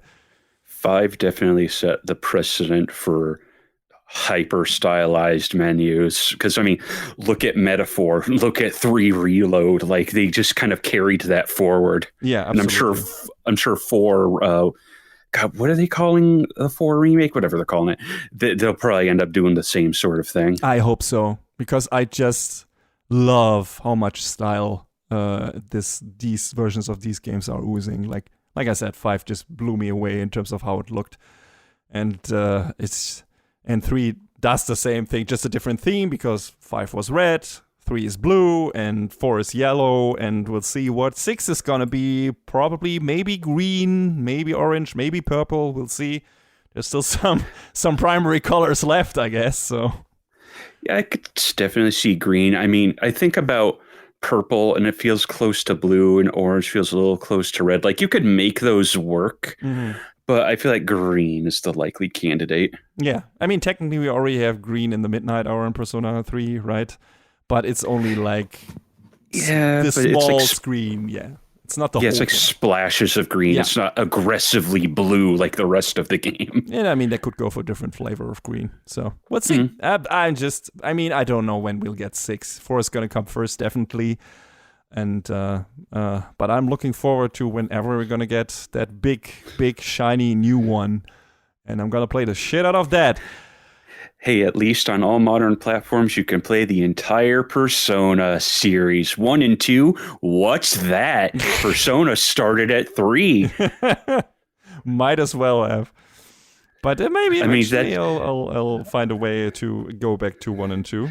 So. I don't feel like that's quite as deranged as the people who unironically say Castlevania started at Symphony of the Night. It's like, shut up. No. That is absolutely not true. Like, the people who unironically say it, like with Persona, yeah, because 1 and 2 are, like I said, they're so vastly different. Like, I think they got remade on the PSP. Why not port those forward at some point? Like, I mean, a remake would be cool to modernize them, but like make them available somewhere, man. Yeah, and maybe they will. We'll see. But yeah, what else did you play? My last game proper, because the rest of it is some other stuff that I think could be mentioned in other parts of our talk today, but. Mm-hmm. The last big one is Pokemon Legends Arceus, not the one you thought it was going to be. I bet. About to say, not the one everyone is thinking of. Yeah, I'm a little behind. Mm-hmm. So, Arceus is. This was definitely them trying to open world the series, because this released before Scarlet and Violet. Yeah. And this game is cool because it's, very set in a different time compared to when you would think, because all of the Pokemon games are usually pretty contemporary to whatever current time is. It feels like it could take place concurrently with whatever year it was released in, right? But this, they're like, no, we're going to throw you back in time several hundred years before Sinnoh was Sinnoh, and you're just going to have to survive being literally isekai'd. So you start your own Pokemon journey out of your own home world, and you're basically going around the map, trying to sneak up on Pokemon and catch them stealthily and add them to your party. And by catching them and seeing them do different things, you quote unquote research them, and that adds to like this thing where the higher your research level, the stronger your Pokemon are allowed to be, and the further you can progress the story. And it's kind of cool because they expanded on some of the Pokemon by giving them regional variants. So I went through and I was like, I like to play each game like I want to use stuff that's native to that region or stuff that I haven't used before, which a little tough now that we're 9 generations in, and a lot of the big name stuff has been used. So I decided to go for a lot more of the Hisuian regional variants, and that was neat to do. But I like the idea that they are laying the foundation for what Diamond and Pearl and Platinum were. But boy, oh boy, they go out of their way to be like, well, you have to do this research thing, and it drags the game down to like, it's like, you could speed run your way through this one, like any given section of story, and then they're like, wait, hold on. How many stars do you have? And the stars indicate your research level. And it's like, well, I have the 1 star. Well, you need 2. How do I get the second? Go back out in the field, catch more Pokemon, a lot more, fight more of them, try and see the different actions that they do. And it's like, ugh. It's a big roadblock every time you run across it, which it kind of serves a purpose to let you level up your team, because you need to be a little bit higher level to finish this game than some of the other ones. Like, I eventually got to a point where I was like, okay, we're going to stop and get to level 70 before I even think about finishing the game, which that took a minute to do. But the game is at least kind enough to, in the Pokedex, be like, well, if you do these sorts of things, you'll get more research points out of them, and you'll be able to level up slightly faster. And even then, that still takes a minute to do, because I got to a point where I was like decently leveled enough to get through certain zones and just be like, hey, I'm done. No, you're not. JK, idiot. So I'm sitting there for like 2 to 3 hours at any point, just roaming the map, catching what I can, fighting what I can, and it just like slows the game down to a crawl. And from what I understand, ZA is a little bit better about that. It lets you keep moving and keep moving forward and making progress, which I'm kind of looking forward to that aspect of it. Like, I know people have some other issues with ZA, and we'll probably talk about that when I eventually play it.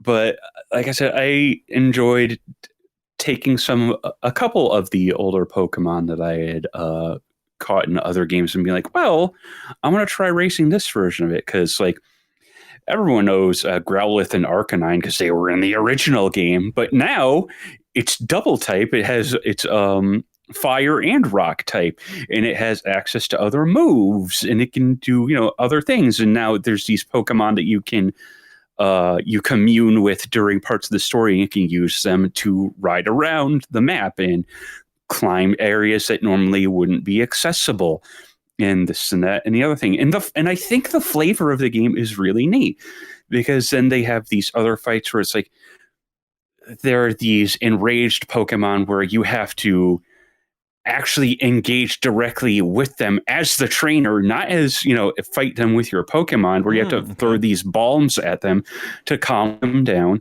So then you can eventually, if you have an opening, send out your Pokemon to fight them, to weaken them a bit so you can continue the process, and then you can calm them down. So then they're like, oh, I'm not quite as enraged as I was 5 minutes ago, and they could just go back to doing their thing. did you in general, which type of, because this has a more active battle style like you just described, did you prefer that one over the normal turn-based style stuff, or? Well, there is that which is exclusive to I forget what they're called, the totem Pokemon were in Sun and Moon, like the whatever they're called in this game. That's when you engage them directly like that. The other rest of it is like the turn-based normal stuff. But they added in as Pokemon level up and as they use moves more and more, they can master the moves, and then you can use them in different ways called Agile Style and Strong Style, which uses more of the power points. But in Agile Style, the move power is reduced, but you get an extra turn after it. So you can sort of strategize with that a little bit to be like, well, if I do this, I can get a turn back and then hit them later on harder. And then Strong Style gives up a turn, but it hits harder. I believe the power differential is like, I think it's like 20%. Is it 20%? I believe between 20% up or down, depending on whether you select Agile or Strong. And it can give you an edge. Like if you want to finish a fight now, you can hit them with a Strong Style move. But if you want to reclaim an extra turn and then hit them twice in a row, you can use Agile Style. So I think that is a neat way to do it. This game also does away with the TMs that a lot of other games have. As you increase your research level, there's this woman in the training grounds, Zisu, that you can go to and be like, hey, I want to learn new moves. You can pay her and you can add moves to your Pokemon move pools.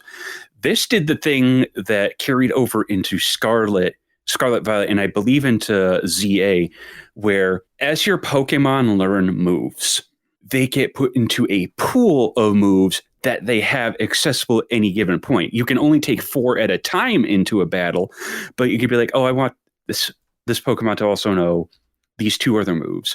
And you can switch them out situationally at no additional cost. Okay. The only thing about moves that you learn from Zisu is that they don't naturally master them. So you need to acquire items called Seeds of Mastery. And then later on, you can use those to force a Pokemon to master a move that it wouldn't normally have otherwise.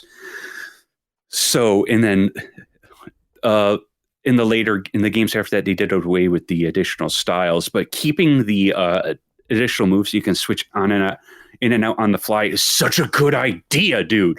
Because for so long, you'd either have to override a move and lose it forever, or you'd have to go to the move deleter or the move rememberer, and it's like, ugh. And at the move rememberer, you'd need to spend a heart scale, and heart scales are very rare and hard to come by. And it's like, Jesus Christ, it's so much better now than it was. And I'm glad that they have gotten into their heads, yes, this is a better way to do it. Scarlet and Violet, they threw away the idea that TMs were infinite use after they introduced that idea in Black and White, which was the best change in that game. But then they brought that back again for ZA, as far as I understand, which is like, okay, we're finally in a good spot. You can keep it like this. This is great. And, you know, obviously they're gonna try and find a way to innovate the games moving forward, because there was the big Game Freak leak that happened, was it a month or 2 ago? I forget when exactly. But it sounds like, you know, they have plans for another Legends game after this one. Gen 10 is in the works. There's no remake of Black and White in the blueprints. I'm so sad. That's the one thing I wanted most. Maybe it'll happen eventually. Maybe, but I was really hoping that after Legends ZA, that would be the next one. But it was like, okay, all right. But I think on the whole, Legends Arceus, on the battle side, set a really good blueprint for the games moving forward. On the exploration side, it was definitely a first step towards the way the games are now, because Scarlet and Violet were definitely less of a slog in comparison. And I kind of ruined this game a little bit because I played Scarlet Violet first, in spite of Scarlet and Violet's downsides because it launched in a state, and it got better as it went along. And now the ideal way to play it is if you have a Switch 2, because it plays so much better on them now, and they're a lot more fun than they were. Like, they don't run like they're on a potato anymore. So I've heard. And they're just a lot better now. But Legends Arceus is neat for what it is, but you have to be willing to overcome some weird humps to get to the good stuff. But I think it's set a neat blueprint moving forward. Well, yeah, I mean, you're gonna have that. a second taste with that, or off that with the ZA, right? So yes, I play Pokemon games in a weird way though, because I like to look at the entire decks when it's released, and I'd be like, okay, how am I going to build my team? And I look at that, and I'm like, okay, I want my team to be this, and then I look at the move pools, and I want the move pools to be that. Mm-hmm. So it's going to be a minute of researching what I want my team to be before I actually sit down and play it.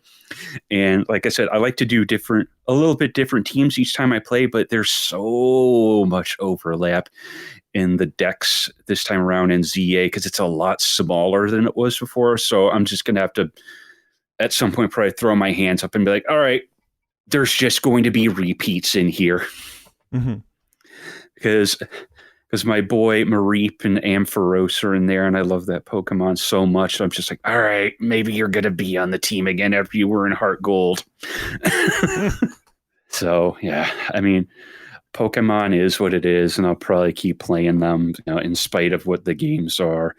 And I know there's a lot of criticisms to be leveled against them, but after everyone made a big stink about the reduction of the size of the Pokedex and Sword and Shield, well, that game still sold, I think, like 26 million copies. So I have it. One of the few Pokemon or two Pokemon games I have. No, that's not true. I have Arceus as well, but I have not touched it yet. So it's like one of those, like, well, clearly other people didn't want to speak with their wallets. Yeah. So sorry, guys. I mean, I'm guilty of it too. I bought Sword and I really enjoyed it. So, but I also get where people were like, but it was, and I was like, yeah, the wild areas were definitely the blueprint for what Arceus and then what Scarlet Violet would become. So, yeah, I get it. I understand, but I'm still here being stupid consumer. So, but yeah, Legends Arceus is cool. Like I said, it definitely walked so the games after it could run. So, but yeah, that's pretty much about that. What you got? After the giant ass RPG that I played, I was like, okay, I need to do a smaller 2D game again, and thankfully, a fucking great remake of a stellar or reboot or whatever you want to call it of a franchise hit the gaming shelves, and that is the new Shinobi game, Shinobi Art of Vengeance. And that game was a blast. I don't even know how much to say about that. It's just a goddamn good side-scroll action game. Just a joy from beginning to end to play. Like, the mechanics are fantastic. The game looks incredible. Like, a fantastic art style. The story is super basic, but it's fine. It has everything that you want in there. There's enough fan service in there, I guess, because I'm not super familiar with the Shinobi games. I didn't play any of them really because I didn't have Sega consoles until the Dreamcast. And so this is my first real Shinobi game that I played from beginning to end. I played a bit of Shadow Dancer in the arcades, but that's about it. And a bit of the PS2 game. But this one was just fantastic. Just so much fun to play. The bosses are really well thought out, and the different things you have to do. It's very Metroidvania-ish. You have to unlock skills to later revisit certain levels and find more secrets and everything. And there are some optional sword that does more damage is hidden behind these obstacle courses and challenge rooms you have to do. And some of those are brutal, but doable. I did all of them. If you look at my gaming profile, if you for some reason search that out, I hope you don't, and don't find the game there, that's because I had to play it on my US account profile, because for some reason the DLC I got with it when I ordered from Limited Run Games was fucking region blocked. I couldn't play it on my German account because I couldn't unlock the DLC there for some reason. That's so weird. That is super weird. I don't know why that happened, but yeah, so I had to use my US PlayStation account for that. So It's I'm glad I don't give a shit about trophies. Otherwise, I would probably be angry. But that's why that game is on there. No, but fun, breezy game, long enough for a 2D game. It, like I said, looks incredible. The fighting mechanics are just so much fun. It feels so good to play that game. It has just such great movement, such cool combat mechanics and variations that you can use and how you can play it and so on. Yeah, it's so well thought out. It's so much. The music is fantastic.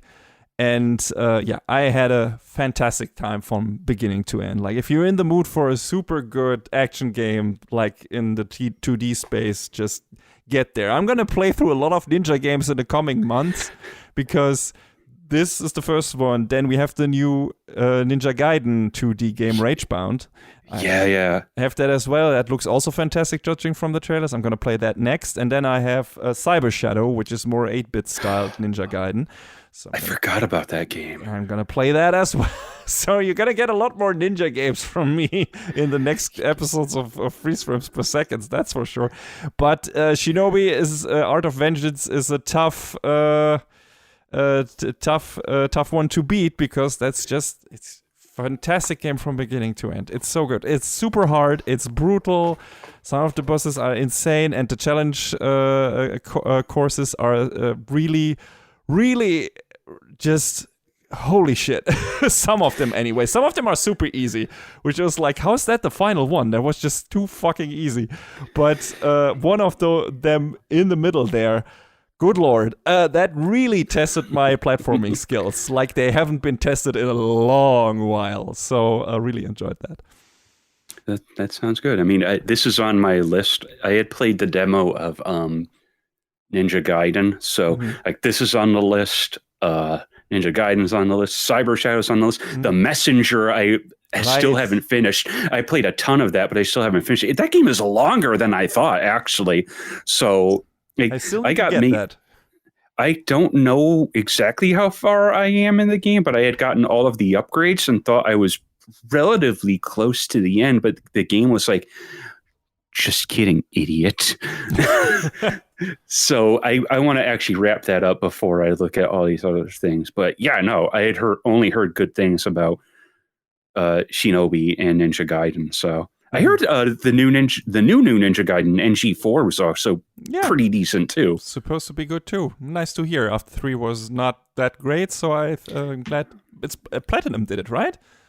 Yeah, they worked on it with Team Ninja, I believe. Nice. Cool. Looking forward to playing that eventually as well, revisiting that series, the 3D version of that. But Ragebound is first.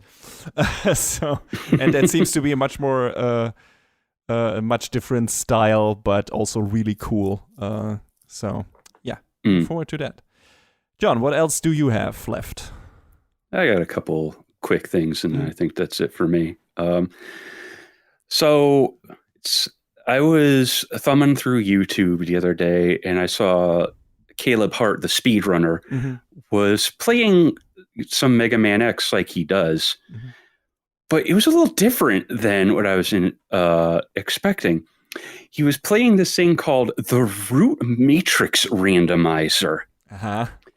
So this is a thing that was put together by this Japanese ROM hacker, Pude Sabe. Maybe if you've heard of Mega Man 4 Minus Infinity. I have. I don't know if our listenership had, but that is probably one of their big magnum opus ROM hack works, because Minus Infinity is insane. And if you are sick of playing Mega Man over and over and you want something drastically different, 4MI has got it. But what the Root Matrix Randomizer is, it takes the ROMs for Rockman X1, 2, and 3 and puts them together, and it randomizes the items you can get across all 3 ROMs. Interesting. I wonder how they avoid breaking the games with that. Well, there's a lot of different settings, and I think so you can download a utility and use it on your desktop, but there's also a website with a lot more customization options. And I think there are certain things that are done to prevent like soft locks in there. So I think it's pretty much free of anything that where you could potentially run across a game-ending sequence of events. But what this randomizes is literally everything. The weapons you get from bosses, the static items in each stage. You know how in some stages are like, oh, there is a 1-up that is always here. Oh, there is an energy thing that is always here. Those can be anything. So you can pick it up and be like, oh, this 1-up is now just a pellet of energy. This sub-tank, this thing that was a sub-tank before, well, now it's I don't know, it's the shotgun ice. And yes. And the way it works is on the stage select for each game, it actually has a list of all of the items you can get in each stage, and it will highlight them as you pick them up. So you know whether or not you have quote unquote completed a stage. And from the stage select, you hit the select button and it will drop out the game. It will save the state of the game you're currently playing, drop it out, and cycle to the next game in sequence.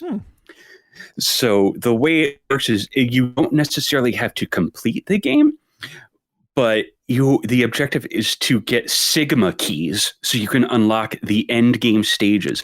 And the game is considered over once you have beaten Sigma at the end of each game. Okay. Sounds very interesting. It's a lot. And you can do all sorts of weird toggles, like you can randomize weapon properties. Oh, wow. Okay.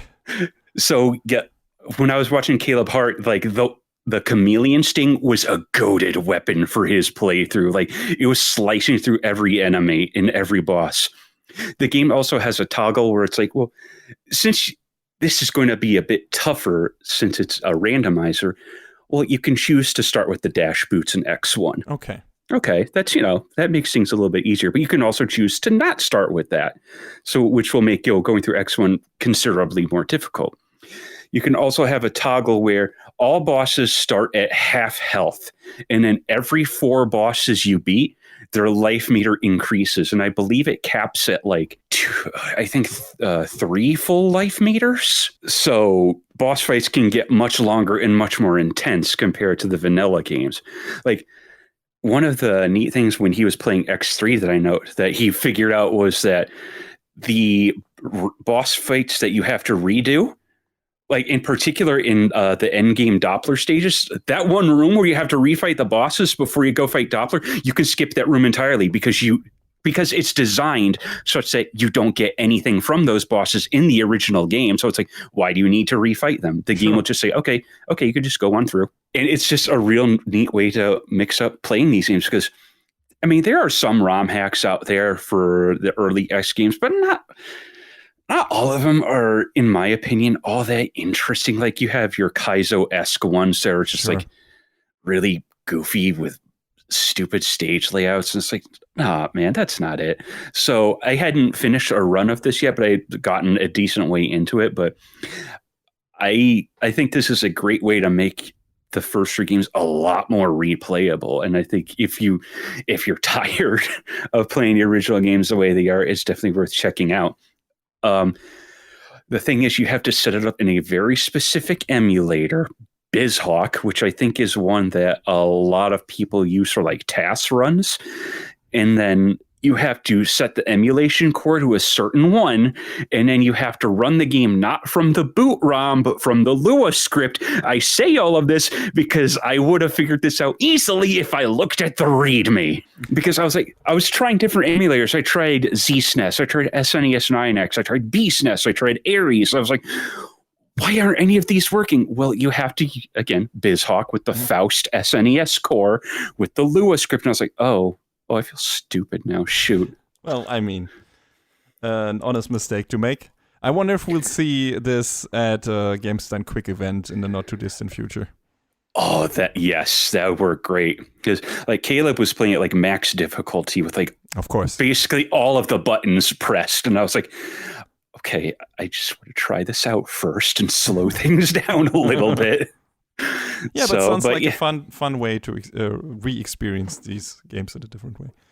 Oh no, yeah, for sure. So I'm definitely, and it's also super replayable because you can get a different seed every time. Sure. So yeah. Then the other quick thing was, I spent some money on something. Uh-huh. So I have a Steam Deck and I like it, but it's been out for a few years now. It's getting a little long in the tooth. And I wanted an upgrade. And I bought an ROG Xbox Ally X. And it's neat. You know, it definitely has the extra power that the Steam Deck is lacking, because I was interested in this or the MSI Claw A8, but MSI is being really cagey about a US release of it, because, you know, they have all sorts of promotional materials, and it's out in China and I think most of Asia, and it's out in Europe, and it's like, hey guys, I'm just going to raise my hand over here and ask about the US. No, it's not. Oh, okay. So I got the Xbox Ally X, and I think it's pretty cool. And I got it with the intention of, okay, so this whole Windows thing that they have on it with the Xbox full screen experience looks neat. And I'll try it out for maybe a week or two and see how I like it. Nah, I got it off there and I put Bazite on it immediately. I saw people having to uninstall Teams from the fucking gaming handheld, and I laughed. I mean, because it's just Windows, for better and for worse. Mm-hmm. I think the way the Xbox full screen experience, God, what a stupid name. I think it is a good first step, and I think it's neat for what it is. It's not there. It is not there. Okay. And every time I was like, well, I just want to play games on Steam, and, you know, you could drop out of it and go into Steam big picture mode, but you can't. You just don't get this Steam experience as it's intended, because everything on the gamepad is understandably geared toward Windows and what it wants to do underneath. So eventually I was just like, okay, we're going to scrub Windows off this. We're going to put Bazite on there, which is basically Steam OS in all but name. And we're going to try that. And I love it. It's so much better with Steam OS on there. Cool. Like you can put the official Valve Steam OS on there, but they explicitly state on the Steam OS page, this is in beta form for ROG Ally hardware. So please be aware of that. Mm-hmm. Whereas Bazite is like, yes, we have gone through it and we have tailored it to work a bit better with the Ally hardware. Like, there's this one YouTube channel that I watch sometimes. I think it's what's it called? David Does Tech Stuff. That's it, yeah.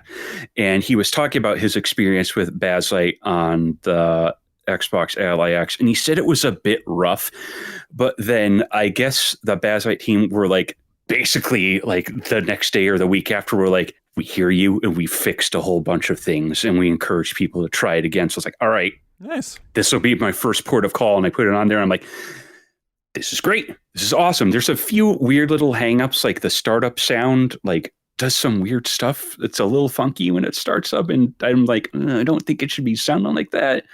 The back buttons on the unit don't seem to work properly unless you switch the controller type back and forth, which that also might be a me issue, because I opened the unit up to replace the hard drive and the ribbon cable that connects the back buttons to the main board came loose and I had a time getting it put back in. Mm-hmm. So skill issue on my part. Okay.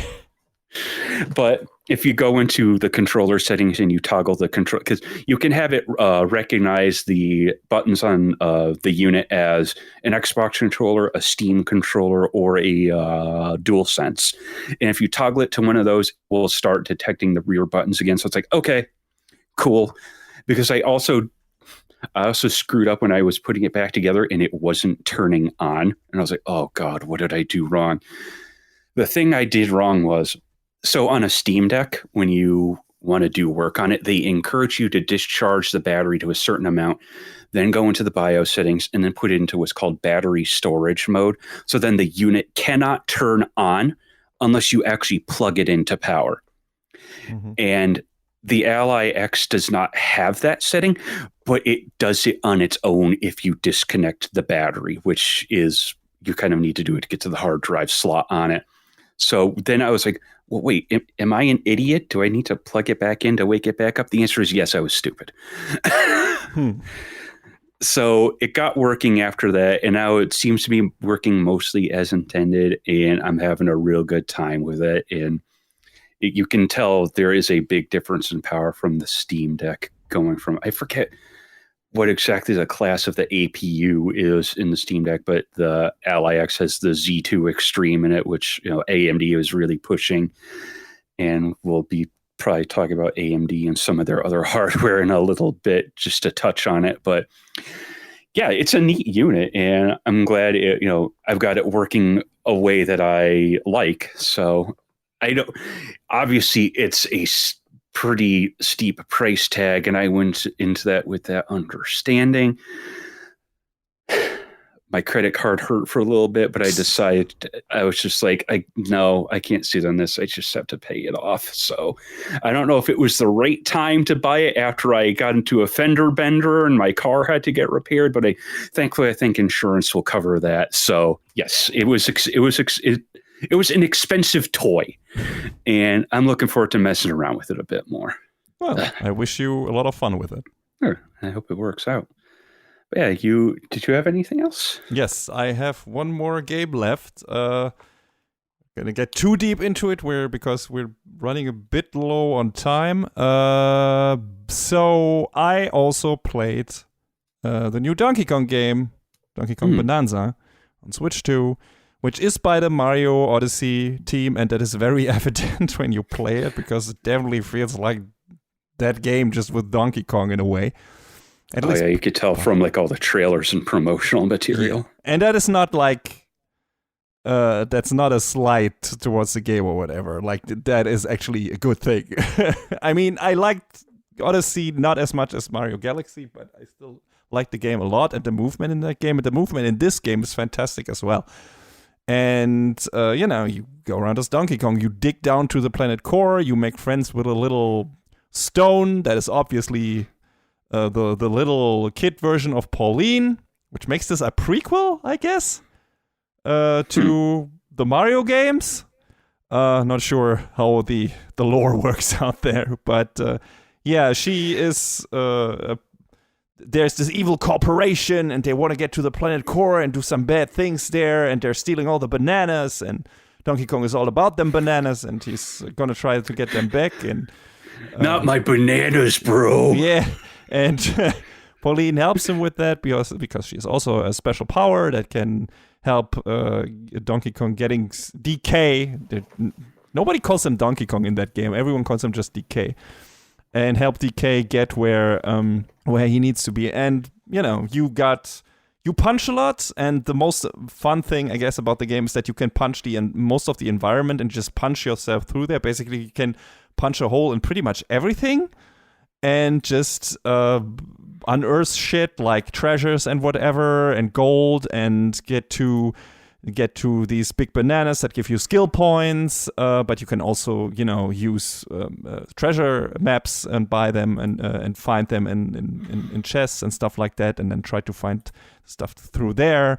And you also unlock special Berserk modes in a way where you get special abilities. You can turn into a Kong version of yourself that can punch harder and shit like that, and can punch through surfaces that normal DK can't punch through. You can turn into an elephant version of yourself, a snake version of yourself, basically all your animal friends that you had in the Donkey Kong Country games before, or at least some of them.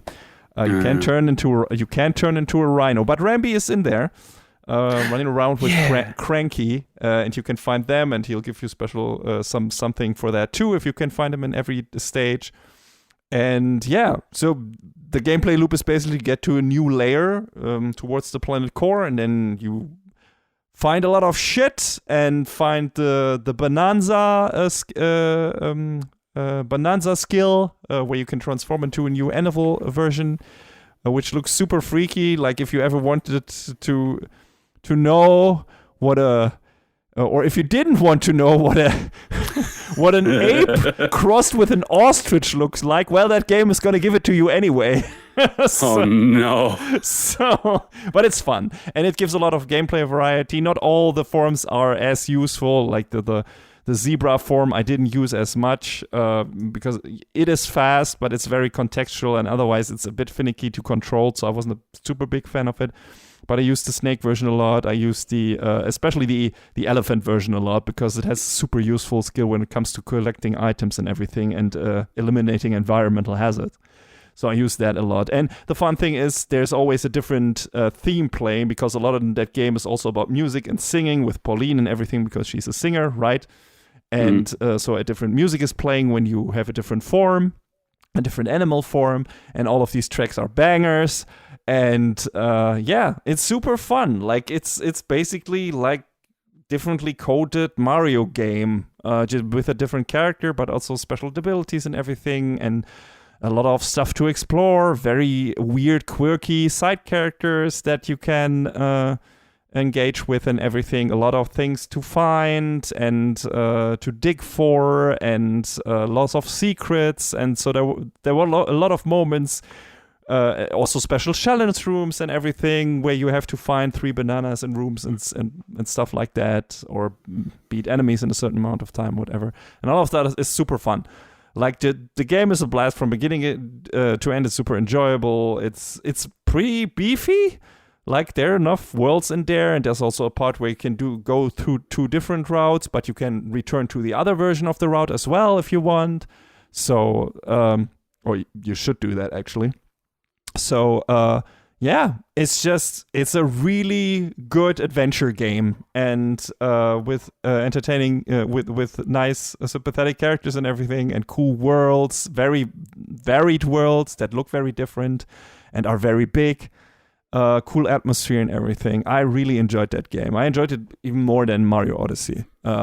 Really, really fun time. Great outing for a DK game. Like he's the main star now of the show. Like it really feels like they put a lot into that game, and it definitely feels like okay, he's one now. I mean, he in the way he always was, but I feel like this is the big outing he has been deserving of for a long time, and it's just like believe the hype. Like everyone gave this high ratings for a good reason. It's just super fun. And I can't recommend it enough. Like, it's super good. The only downside at this is where we get to the beginning of this section, right at the end. Right when I finished it, which was a super satisfying finish. Like, the final stretch of that game, the finale, is insane. Like, it's so much fun, and it's so intense, and such a climactic finale thing. I didn't expect that from this game. It just feels like, holy shit.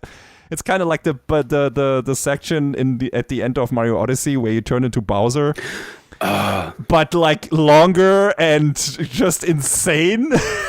It's just crazy. It's just super intense and really good in terms of gameplay mechanics you have to use. Yeah, like you have to implore all of the different forms that you have been collecting. So none of them are like forgettable in that regard, or you did collect them not for nothing. So it's just like, holy shit, we're in the end game now. Shit is getting real, but it's not super difficult as well, so it's not frustrating. I had a really good time with that. But after that, and after you are done with the amazing credits and everything, here's a little bit extra, and you can go back underground and do this stuff and this stuff. And I was like, no, I'm good. It's like, this was the perfect ending. I don't need more of this. I guess it's great for the people who want to spend more time. There's also DLC. I don't want any of that. That game had the perfect length. When the credits end, I think that's where they should end, and that's where the game should end. I don't need more of this. This was just a perfect game, and yeah. I just don't need more of this. I'm fine. It's great. It's great the way it was, and I don't need to have some additional shit tacked onto that. It just felt a bit weird to just go back and then have one of the characters be like, "Hey, I'm back again," and for this and this reason. And you also don't get aside from a couple of additional challenges and so on. You don't get that much out of it in terms of story. Apparently, just a JPEG at the end. And a special one. It's like, I'm not gonna do it for that. Sorry. I didn't do it for Hades, and I'm not going to do it for this. So, but yeah, super fun time.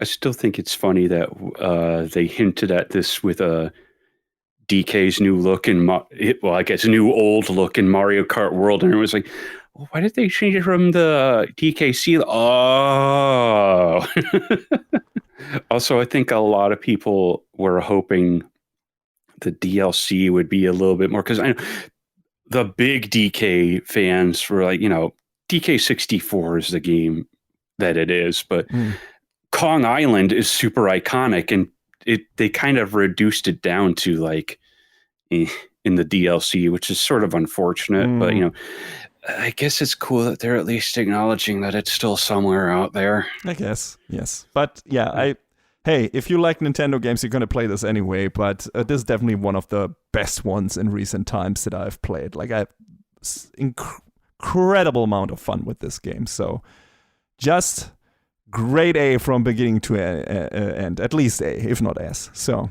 yeah. Cool. Fun time. And with that, we are done with the play buffet, a very beefy one. We're stuffed. And we're going to move over to a couple of quick news bits. And now, ladies and gentlemen, a bit of news. So we're going to try and roll through at least the first few of these real quick. The last one is actually interesting to me. Yeah, for sure. I don't know what Microsoft is doing at Xbox right now. Nobody does really, I think. Yeah, because a lot of weird decisions are being made. Because this is an Xbox. That's an Xbox. I just talked about something that I bought that was branded an Xbox, because it is also an Xbox. So when everything is an Xbox, is nothing an Xbox? Yeah. And also making the Game Pass more expensive. Like, a lot of very weird decisions. So all of this to say is, what is going on with their quote unquote next generation of hardware? Because they keep saying, oh, it's going to be the biggest leap in generational processing ever. My guy, do I need to show you the jump from the PS1 to the PS2? That was galactic. Everything else after that was like diminishing returns. Like even though the PS3 and PS4 were still crazy in comparison to the PS2, I still feel like the biggest jump that I ever witnessed was from PS1 to PS2. I don't know about you. Probably. I mean, you could argue from the 60-bit era to the 32-bit era, right? Yeah, I guess you could. Yeah, a little bit of that. But I don't know. There's just something about going from PS1 to PS2, or heck, even N64 to GameCube. Yes. I mean, eventually we're going to talk about it in our personal gaming histories, but yeah, definitely these generations, like 16-bit to 32-bit and 32-bit to whatever PS2, GameCube, and first Xbox were. That was definitely the biggest leap. After that, the upgrades were noticeable, but more cosmetic.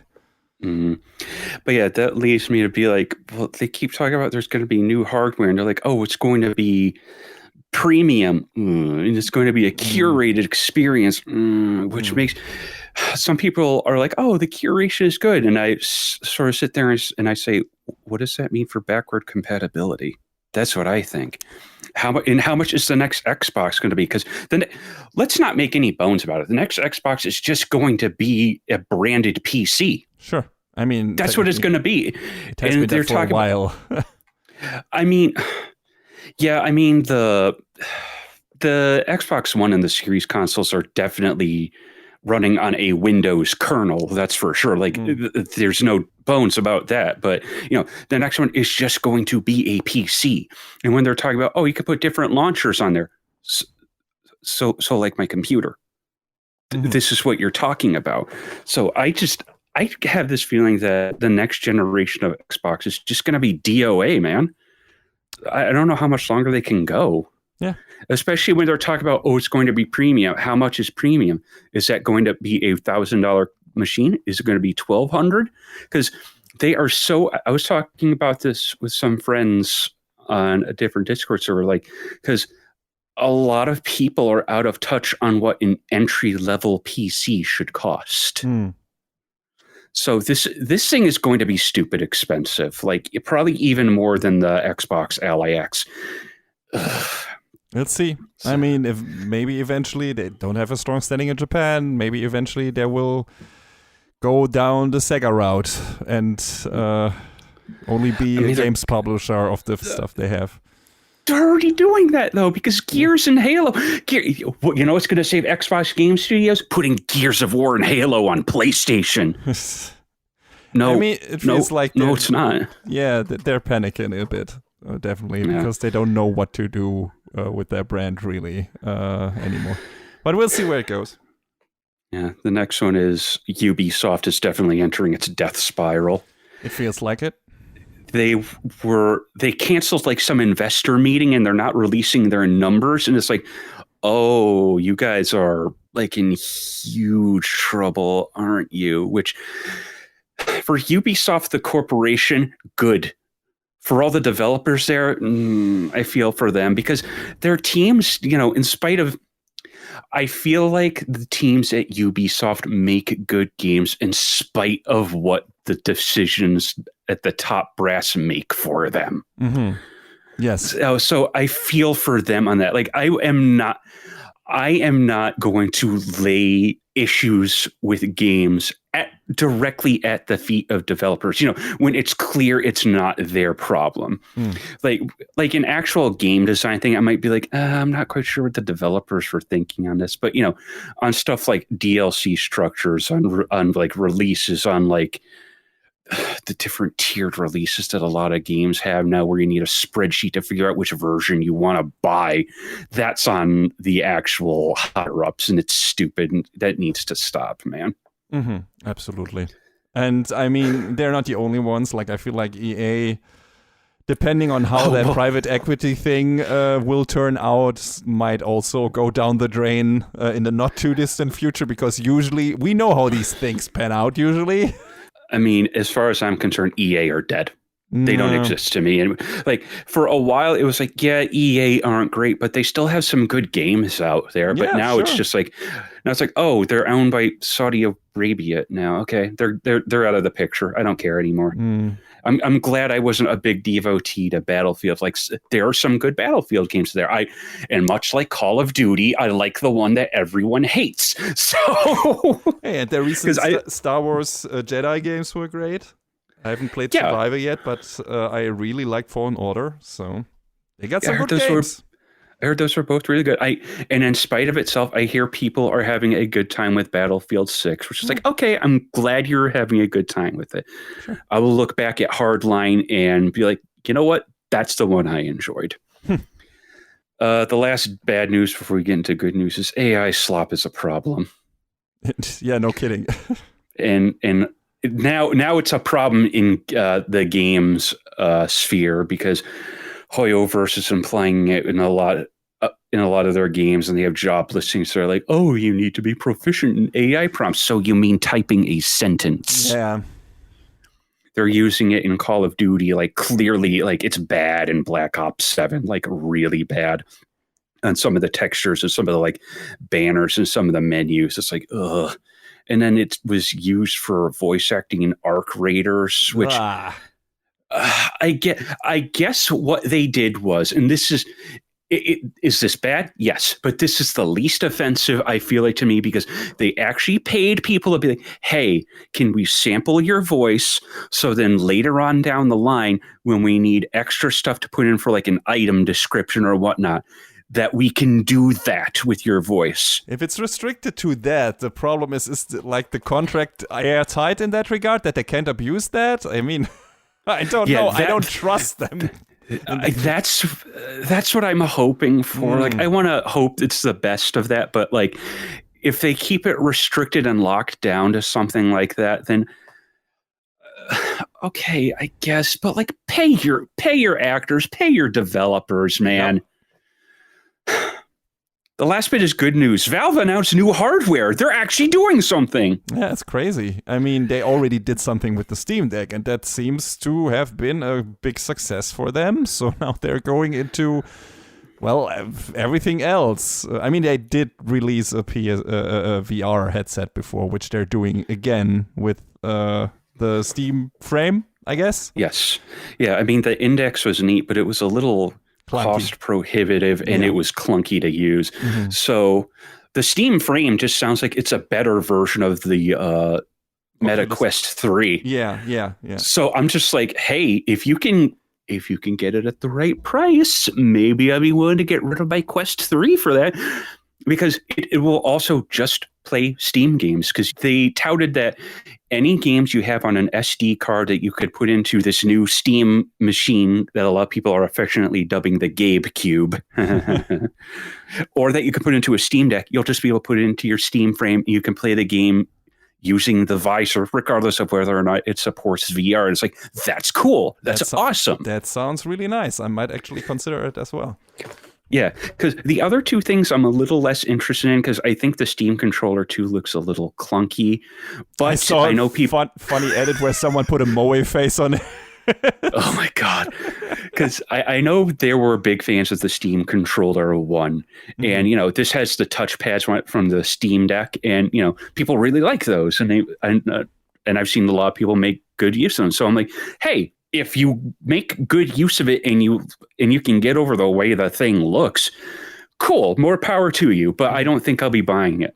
Which is the same as I don't think I'd be buying the new Steam machine, because I don't really have a use for it. I already have the small PC that I built, and I have my main computer. So it's like I wouldn't really have a place for it. But for the people who want something like this, that's great. That's awesome. I think this is a really cool solution. I'm really interested to see about the price points of these things. I mean, controller I can guess, but I wonder if Steam Machine is going to be actually more expensive than people anticipate, because this just really feels like it's going to be I don't know if it mid-tier or high-end is gaming PC, which is Steam OS on it probably.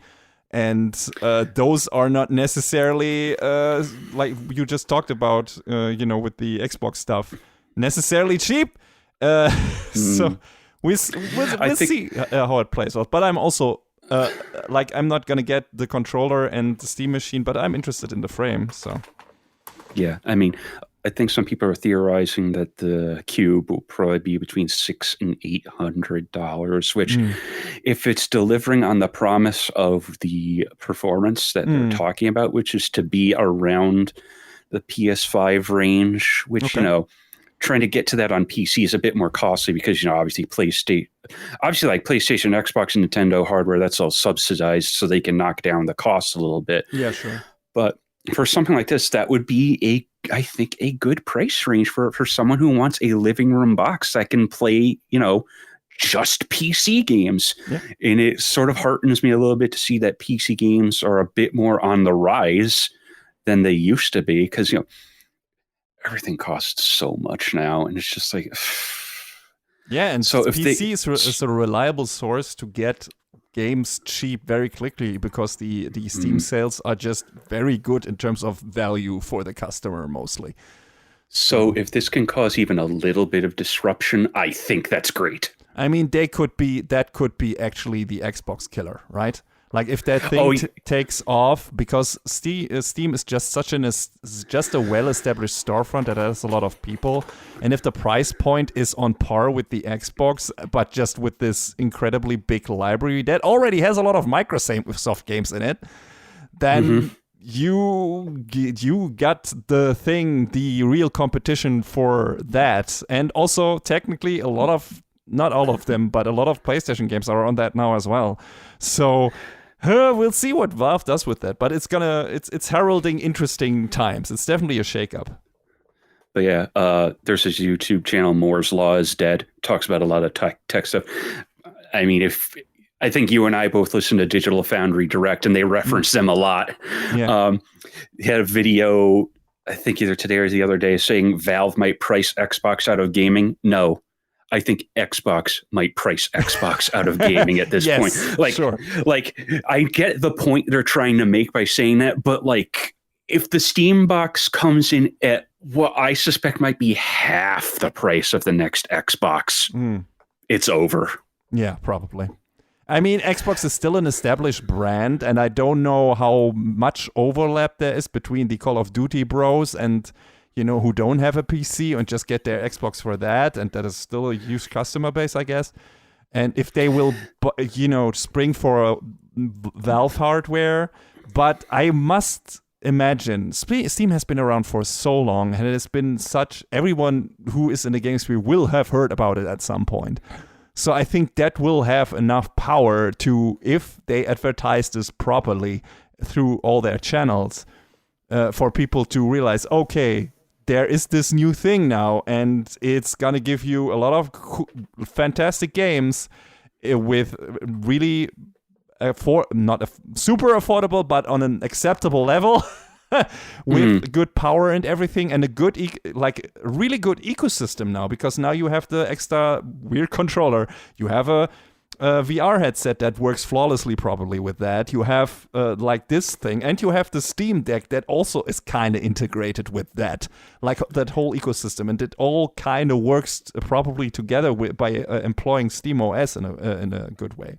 So that sounds like something that, if it all works like it's supposed to, it's going to have a lot of pull. But again, I'm not an industry expert. I'm just very interested to see how this will work out for Valve. I hope it does, and I hope it causes, again, some disruption and shows, hey, the PC space is viable and you can get in on it. You don't have to spend $2,000. You also don't have to spend $2,000 to build a computer. Like, I see videos all the time where people are like, I gave myself a budget of $600, and you can build a respectable gaming PC for that amount. You don't have to buy the top of the line graphics card. You don't have to max out your RAM. You don't have to buy the best processor. It just comes down to what you want to do with it, and then you can build around that. But yeah, I think that covers pretty much all of the. I mean, there's obviously tons of other new stuff out there that we could have gone into, but shout out to the YouTube channel Inside Games, where Bruce, Lawrence, and Brian are all doing their best to cover the gaming news day by day, and there's a lot of gaming news day by day. Oh yeah, we could just for that we could do this more on a regular basis, but also there's too much. there's way too much. Yes. Speaking of which, we still have one little section left, and we're gonna quickly get to that. One up for discussion: our personal gaming histories.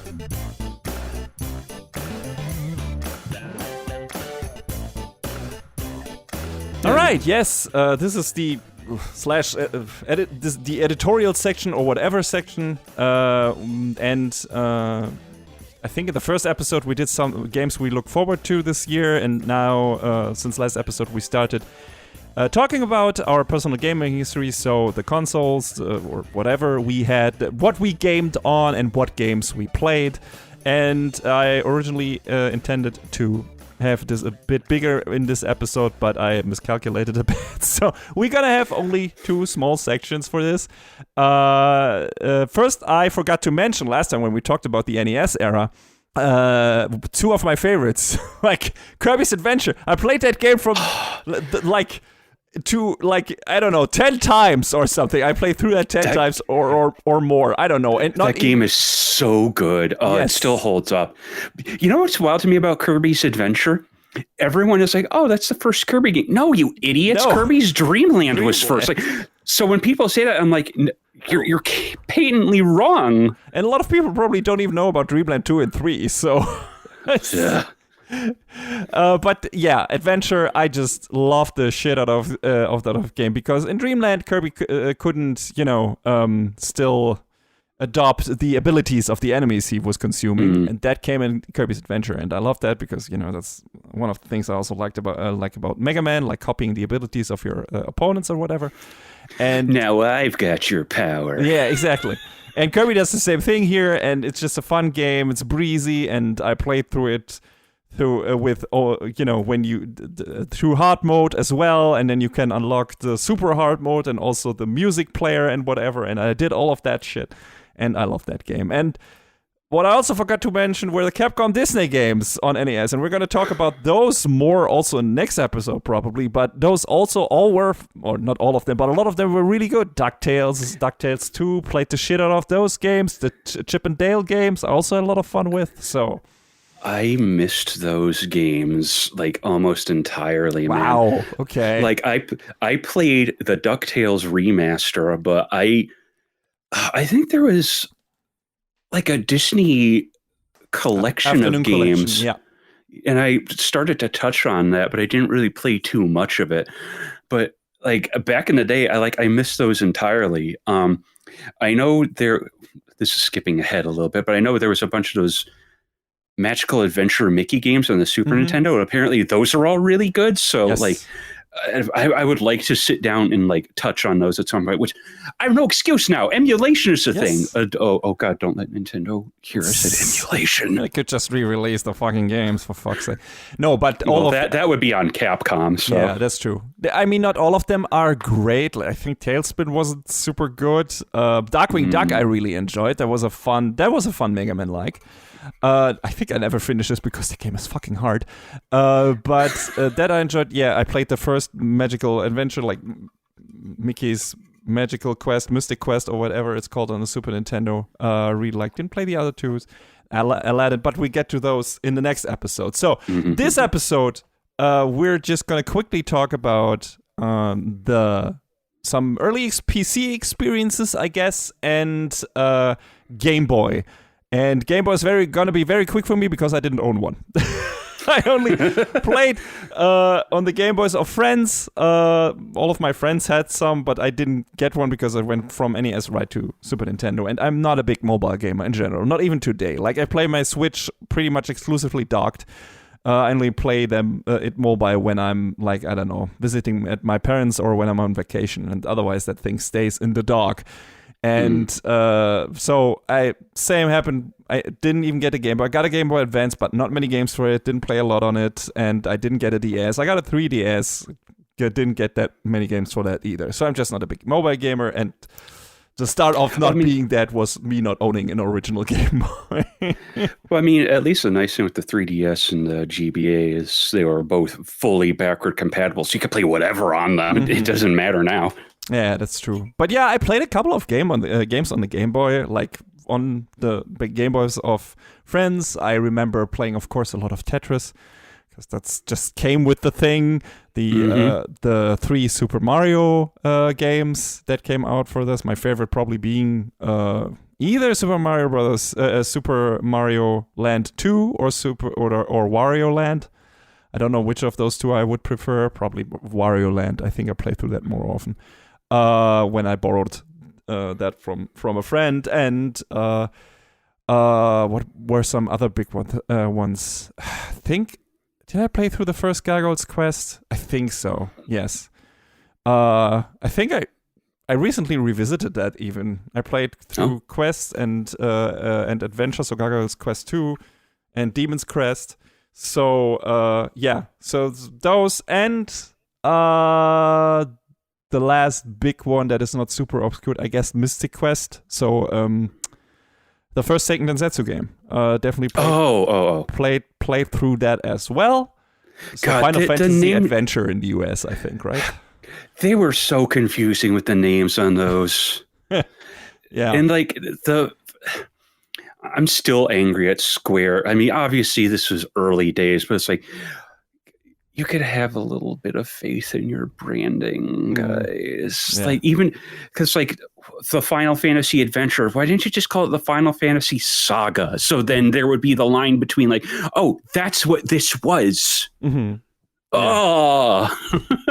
And it got even worse when they like did another thing on the Super Nintendo that had the same name over here. It made no sense. Whatever. But yeah, that's I think for the big hitters for me. Kirby's Dream Land, of course, as well. But I think I didn't play that much more on the game. I played a couple of games with obscure ones with my friends. Like, I think a version of WWF Raw. For some reason, because we were big into wrestling back in that day. And I played Skate or Die, which was on the Game Boy more of an arcade game than a sports game, because you were fighting enemies with your skateboard. That was fun. And a Spider-Man game, the first Spider-Man for the Game Boy, that was also fun. And Batman, the animated series, the game for that for the Game Boy. So yeah, those were the more obscure ones. But that is pretty much my history for the Game Boy. John, I assume for you was a lot more because you owned one, right? Yeah, and I still have my Game Boy, and I actually bought a mod kit for it because I want to install a new screen and put it in a new shell to make it seem a little bit more modern. But that I have all the pieces I need for it. I just need to actually sit down and do it. Yeah, I remember getting. I think I got the package that came with Super Mario Land 2. Mm-hmm. I think that was the one I got. And I played the heck out of that. And, then got Tetris, and I played, all of the Mega Man games on there. Sure, those I, of course, also, well, not really, though. I played 1 and 5. I think I skipped all the other ones because I didn't own the thing, and 5 was the only one that was different. So, of course, I played that, but I assume you had all of them. At different points, yeah. I mean, the Game Boy and Mega Man games are weird, and there's a whole history behind that. But those were all really fun, cool times. So I played the heck out of them. And I even ended up rebuying some games that I at one point had, and then ended up getting rid of. I've got a stack of Game Boy games over here. I'm not gonna grab them and have them fall all over the place. But yeah, I played my Game Boy a ton. Again, Kirby's Dream Land, my aunt got for me when I was very young, and I didn't. When I was young, I was real stupider than I am now, and I thought every video game was like a Mario game, and that you just stomped on an enemy and ran to the right. And it took me a real long time to figure out, oh no, you eat them, and then you go and you do the thing, and sometimes instead of going right, you go up or you go left. What is this? What? The sorcery. Sometimes you go down, but down is bad. But yeah, I had a heck of a Game Boy library, and then I got a Game Boy Color and a bunch of games for that. I don't know if we want to save that as a discussion for another time, but I was stupid in my youth and ended up selling my Super NES and a whole ton of games to get a Game Boy Color, thinking, oh, this is going to be the new big thing. And then I was like, why did I do that? I'll say.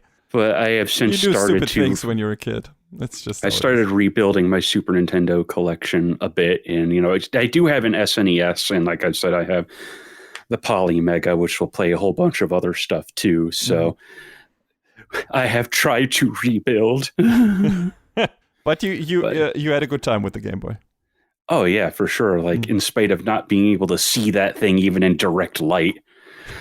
Do you have a favorite, I don't know, vacation memory or something where you took the Game Boy along? Because it's a mobile gaming device.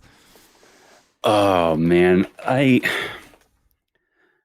Honestly, I'm not sure I do. Because, I still have this big gray carrying case that you could put the Game Boy and like 6 or 7 cartridges in. It had a spot for like an adapter so you could plug it into a wall. And I had like one of those stupid accessories where you would plug it onto the top and it would magnify the screen, and it had a light on it, and it didn't work very well, but I still had it and I used it. Mm-hmm. And I contribute that to probably using that a lot to my declining vision, which I now have to wear glasses. So, but young and dumb, and I still liked that thing, and it sat alongside my Game Gear, which we'll probably talk about at some point too. But I didn't have nearly as many games for my Game Gear, but it was color. Whoa! The Game Boy didn't have color, at least not until later. But the Game Gear screen was also terrible because it was ghosty and awful, and got that version of Sonic 2 on there. It was so bad. Ugh. Mm-hmm. But yeah, early portable gaming days were weird, and obviously it evolved from there with the Game Boy Color and the Advance, and then all of the weirdo stuff that didn't release outside of Japan. Like, I was always curious about the Wonder Swan, but I never had one. And all of the other things, like Nintendo was trying. They had like that Pokemon mini thing. Like, sure, guys, okay. But yeah, I had a Game Boy and probably too many games for it. I'm pretty sure, I had played through most, if not all of them. But then I ended up losing my old GB at one point and most of my Game Boy library, so I had to end up doing some rebuilding. But, I think I have most of what I wanted to recover. Like my most prized Game Boy games that I still have a copy of Mega Man 5, and that's probably one of the best games on there. So sure, for sure. I'm glad that that we recently got a remake in color on for that. No thanks to Capcom. Yeah, remember the promise of Mega Man Mania, and that was supposed to release on GBA, and the games are in color now, and then that didn't happen. And now Mega Man World DX 1 through 5 exist, and you could just go play them, and they're great. Yes, really glad that fans actually got to that, because it was one of the things that definitely was missing from me from the Game Boy games. But yeah. Fun time, and also I have some memories of borrowing a Game Boy from a friend and playing that. One of my good friends, I think that was actually David, who was with us on the Gundam episode recently on Anime Brain Freeze, who lent me his Game Boy when I tore my ligaments on my right foot during basketball in school, like a triple tear. And I was in the hospital for a while, and he brought me his Game Boy, and I think that's actually where I played Mystic Quest / Final Fantasy Adventure / Seiken Densetsu from beginning to end for the first time. So, not necessarily a happy memory on the side there, but that was a good part about that. Just I had a lot of time playing Game Boy games there, and so there's that. But yeah, last 5 minutes or so, let's just quickly talk about early PC experience, because I didn't really own a PC myself, but my dad had one for work, but also for gaming. So I actually he also played a couple of things, but he was more into puzzle games and stuff like that. And some, like, the DOS era, I'm still glad that I know the basic DOS commands because of that, because my dad introduced me to all that shit, and I was, tagging along because he was watching me during the summer vacation or whatever, summer holidays, and that's when he, for his new workplace, he took some courses on PC, because that stuff was kind of new, I guess. But that way I got to experience the birth of Windows. Like, I think my first Windows was 2.0 or whatever. Wow. And then 3.0 and 3.1, and I got to witness all of that shit. And with that came, of course, a couple of games, and even before that on DOS. So Commander Keen was my first big PC game. Played the shit out of that. I'd really love to see a good new Commander Keen game. I think we recently got one mobile one, but I don't want that. Just want a really good side-scrolling Commander Keen game again. Yeah, wasn't it like a port of Commander Keen 4, or was it something else? I think we had something else as well. There was a new one, but that wasn't the port of 4, and I don't even remember if 4 was particularly good. But I would like have a remaster of all those ones, because I only played the first one and the fourth one, and I like that. And my dad was weird about violence in games, so I didn't get to play all the standard stuff. Like the very first 2D side-scrolling Duke Nukem games, I didn't get to play for a long time, because when my dad found out that they were on the PC, he just fucking killed them. Just uninstalled them, and I couldn't reinstall them anymore because I didn't have the disc for them anymore. And there was some other stuff, Comanche, which was like this helicopter shooter thing. I also was only allowed to play the first level where you blow up oil tanks, but I wasn't allowed to actually fight against other people, so against other helicopters or airplanes or tanks. I did that in a sneaky way anyway, though, when he wasn't around. Sorry, Dad. But that was some of my first experiences. And after that, just a couple of more Windows games, I guess. There was IndyCar. I played one of the IndyCar racing games. I played a game that was called Stunt Island, that where you had to recreate like shots from a movie in a specific way to succeed. It was very fun. Flight Simulator, definitely a big one for me, and the first Myst game, and yeah, it was just the early PC game days for me that I can remember. The games that I played before. Later, when I got my own PC, I got into more of stuff like Unreal Tournament, but that was way later down the line. But yeah, early DOS games, they were fun, they were weird, and there was a lot of weird shit happening, and not any manuals or anything. I didn't know what to do in half of these games. Oh, one more I forgot that I really loved. One Must Fall, which is this robot fighting game. Yes, 2097, let's go. Great theme music, and also very fun to play, actually, even with a keyboard. Like, had Street Fighter command thingies with quarter circles and whatever, and back and forth, but it worked. Also very customizable robots and everything, which I always like. Could customize the colors and had an adventure mode and an arcade mode. Was really good. I wish they would do a re-release of that. I mean, they tried to do a remake of it with Battlegrounds, and it was sort of at the end of the day, which is unfortunate. Yeah. But yeah. It's a hidden gem back in the day. John, what did you play? Your earliest PC gaming memories. Well, my earliest PC, I remember it had probably the same issue with the family computer as opposed to, had a monochrome monitor. It was running, was it Windows 3.0 or 3.1? It's one of the two. A lot of the stuff that I ended up playing back then was like the edutainment stuff. Like I had this, I think this weird game. I think it was called like Clowning Around. It was like this numbers game. Did you have Lemmings? No, I don't think I did. That's also what I just remembered. But yeah, had a lot of those like learning company games, like Operation Neptune and Midnight Rescue and Outnumbered. Mario is missing. I had Mario Teaches Typing.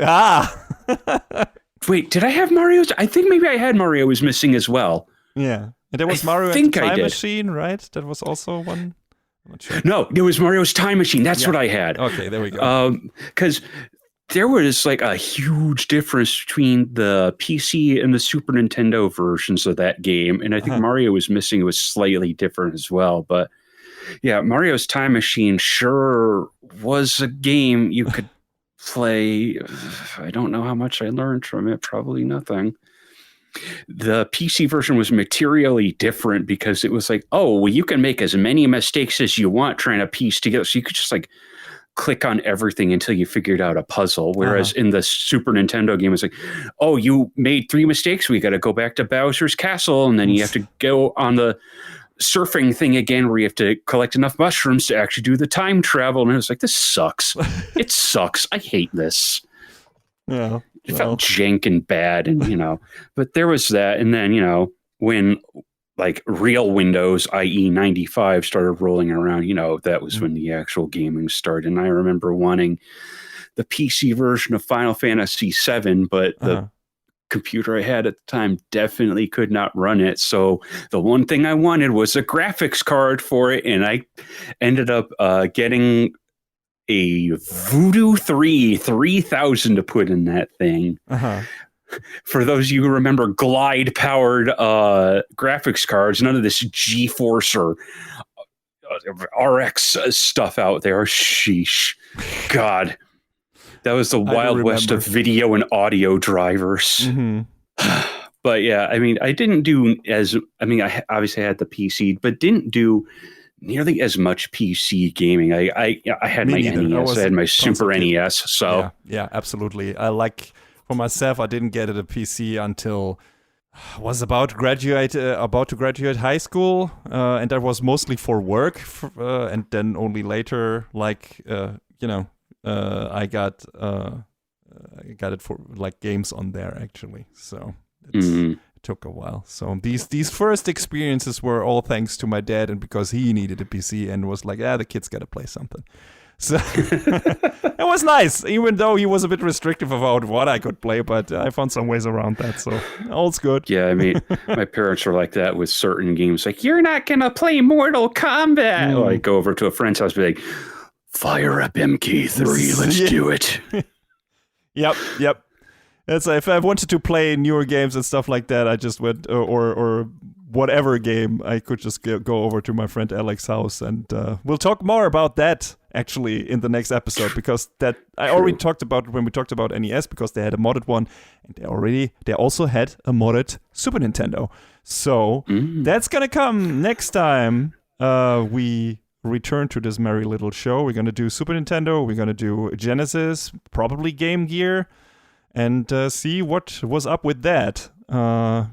Because there were a lot of games on those consoles, and a lot of those I played. Oh yeah, for sure. All right, then that's it for this episode of Freeze Frames Per Second. Sorry we rushed a bit at the end there, but we had a lot of games to talk about, and we're gonna have a lot of games to talk about probably the next time. I hope you had a fun time, and we'll see you again on the next episode. Take care, everybody. Bye, everyone.